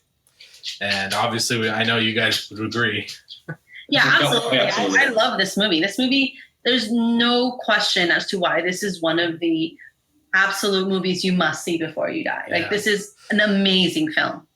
Again, very strange that, sorry, go ahead. No, I was just going to say, it's a classic film. Yeah. I was just going to say, again, strange how when it came out, it wasn't as well perceived, or again, the timing or where we were in society as, as a whole, we just, I think back then too, especially because, the early 80s, they were always trying to point the finger, those are the bad guys. Those are the drug dealers. That's bad. Satan, all this other, rock and roll's bad. It's just like. Right. So it was 82. So it was the end of the satanic panic of the 70s and everybody being scared of serial killers all the time. And it was more into the more conservative era of the 80s, which is what brought you wonderful movies like this, but it were other things like where you had science fiction based monsters. Yeah. So, it definitely is, it definitely shows you the divide between then and then after. Yeah. Like it was before movies like The Thing, and then there's an after movies like The Thing. Have you ever seen the original, whatever it was, The Thing from Outer Space or whatever? The Thing from Another Planet. World. Yeah. Have you seen that one? I did when I was a kid. Yeah. It's not the John Carpenter movie is more in line with the actual story. Right. So the John Carpenter film, it was more, let's see, I wrote it down. It was based on the 1938 novella Who Goes There by John W. Campbell Jr., who wrote under the pseudonym Don A. Stewart. And that is not exactly a thing that came from outer space. Although the thing that came from outer space is what they're watching in Halloween, what Tommy's watching. That came from another planet. Sorry. Yeah. That movie, that's what it was. This one's more about the novella. Yeah. It just happens to have a similar name. Yeah, it's funny because in the remake of Halloween, they're watching Night of the Living Dead, I believe. Yeah. Or something like that. Yeah, they are. But yeah, that's cool. I like how that also worked out, even though I've heard that John Carpenter does not enjoy the Rob Zombie remake at all, but I do. Yeah. I do. I happen to love Rob Zombie. I've heard that John Carpenter himself is very not happy with the remake. I got to align with Carpenter on that. I'm sorry, Heidi. Yeah. She's a big Rob Zombie fan you can for be whatever wrong. reason. That's okay. You're allowed to be wrong. I'm allowed to be wrong. I dig, I mean, from my musical background, I dig some of Rob Zombie's music, and, I like what his interpretation of it, incorporating classic horror and sound bites and all that into his art. That's all cool to me. I actually like House of a Thousand Corpses and Devil's Rejects. They were Devil's Rejects. That's good. Devil's Rejects more than House of a Thousand Corpses, I think. But when he did the remake of Halloween, I definitely went and saw it. The second one I was not as into. I'll give you that. The second one kind of sucks. I do love Rob Zombie's Halloween just because it gives you a backstory, and I'm all about backstories. Yeah. But I grew up loving Rob Zombie. I loved Rob Zombie growing up. He was my dude. I celebrated his birthday, which was weird. Yeah, that is weird. However, I do think that the background story part of it, in some cases, I do agree. But in the case of Halloween, I think that's why Halloween, the first one, John Carpenter's one, was so powerful, because they didn't go and explain. I think that's where the whole franchise went downhill, is because they tried to say, oh, well, they're sisters and there's a whole connection and the backstory and all that. And Rob Zombie tried to make sense of that in his version by going deeper into the childhood, but I don't think it was necessary. I don't think Rob Zombie ever tries to make sense of anything. If anything, if Halloween, the Rob Zombie remake, was itself its own different movie, sure, that would have stood on its own as a really good movie. Sure. But the classic Halloween, of course, is an amazing film, and a part of it is because it was violence for the sake of violence. Nobody knew why he was killing these kids, right? Exactly. Right? And that was beautiful. That is the reason why you're so terrified, because you're like, holy shit, somebody can just come after me for no bloody reason. Yeah. But Rob Zombie's Halloween, I do enjoy it because I think a lot more, because it came out early 2000s, right? Somewhere around there. Yeah. Because it came out early 2000s. It was around that same time, when we were still kind of healing from things like Columbine and stuff, and you see that there is a cause and effect to all of these. The way that you treat people. And I'm not saying that Rob Zombie is such a sensitive soul, though he is vegan. He's not a sensitive soul and such, but there is something to it. And then the way that we connected as a new generation, kind of like he put in a Night of the Living Dead as what Tommy's watching in the movie, because that is what resonated with him at that time when he experienced that movie, versus when John Carpenter put in The Thing from Another Planet. What's the name of the movie? Yeah, I think that movie, because that is the movie that would have resonated with the people of that era, Yeah. So I think had it not been Halloween and he would have named it completely something else, he could have named it Thanksgiving and it not be Michael Myers. It could have been Michelle Myers, whatever the hell you want. Right. I think they could have stood alone as their own movies. Maybe, but he was obviously going to try to explain some of the background of it. I think not knowing is what made. I agree with you. I think the not knowing, just kind of he's the boogeyman, he's the shape. I think that's what made Halloween so scary. And I would say, did either of you see the 2018 Halloween?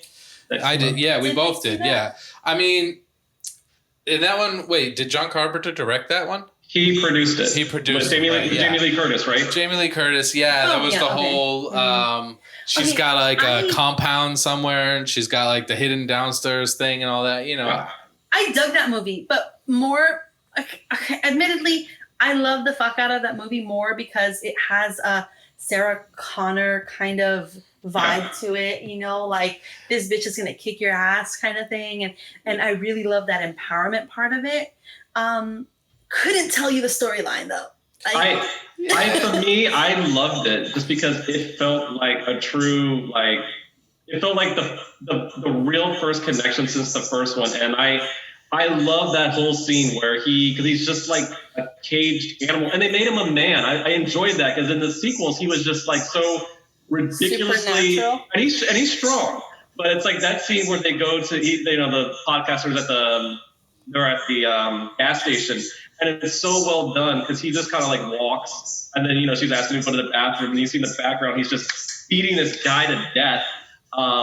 And then he just drops the teeth, he kills them, takes the mask, and then when he gets the mask on and he goes to Haddonfield, it's like an animal that hasn't been able to taste blood in years, decades, and he's just like, okay, well, let's see. And I love that continuous take where he goes to the shed. Oh, there's a hammer. Oh, look, there's a house. Let me walk inside. Oh, that person's there.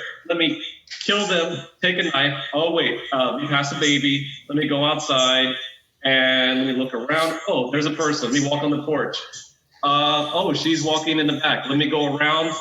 And he goes and she's going to close the blinds. And that scene where he just brutally just takes her head and just slams it and then just slices through her, her throat and then just drops her and walks away. I was like, that's awesome. Because it was just so brutal. It was like a shark.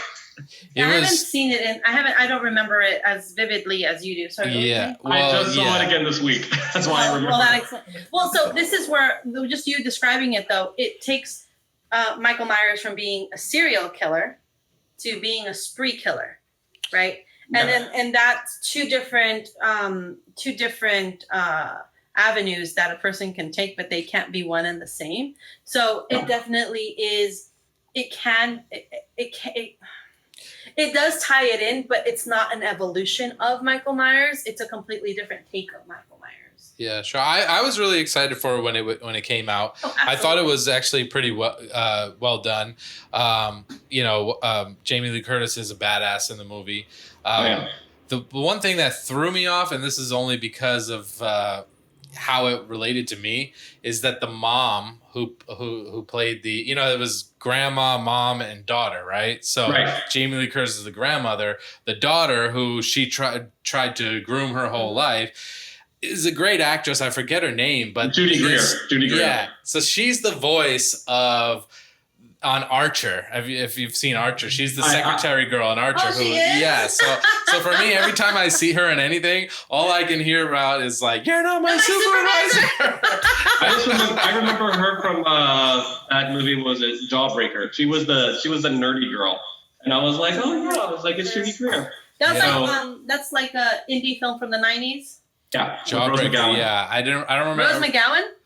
She started. She was the bad girl. I never saw it, but I remember hearing of it. I never saw it though, but I didn't know she was in it. But that's the problem, is anytime I see her in anything now, all I think about is her character in Archer. We say that to the kids all the time. Yeah, I've not watched Archer. I need to sit down and watch that. Everyone says it's a fucking great show. Archer. I love Archer. My kid turned me on to Archer, but because we love Bob's Burgers, and it's the same guy that voices both characters. But like Bob's Burgers and Archer, like I don't watch a lot of like animated grown-up TV. Like I can't tell you anything about South Park, for example, but Bob's Burgers and Archer, like primo. Wow. Yeah, I just Archer's a great show, and she plays this crazy kooky secretary who changes her name a bunch of times, and she sniffs glue a lot, and she's got this crazy like sex fetish where she loves to be like choked and she likes pain. Yeah, she likes so it's like I said, after seeing her and hearing that voice in that show, and then whenever I see her in any other acting role, all I can think about is that particular one role. So it's hard for me to take it seriously because I was thinking about the cartoon. But again, going back to the Halloween movie, I did think it was better than it was way better than the one with Busta Rhymes for sure. Oh yeah. Was that H2O? I don't remember. Resurrection. That's Halloween. Oh fuck, Resurrection or something. Where they were like in a treat, motherfucker. It's ridiculous. Ridiculous. Yeah. But yeah. That said, I love Busta Rhymes. I love Busta Rhymes too. Just not as an actor. Just not as an actor. Yeah, not as an actor. Not like fighting I love LL Cool J, just not as a rapper. That's funny. That's funny. Same. All right. So I think that's all that we have time for today. Thanks so much for being back on.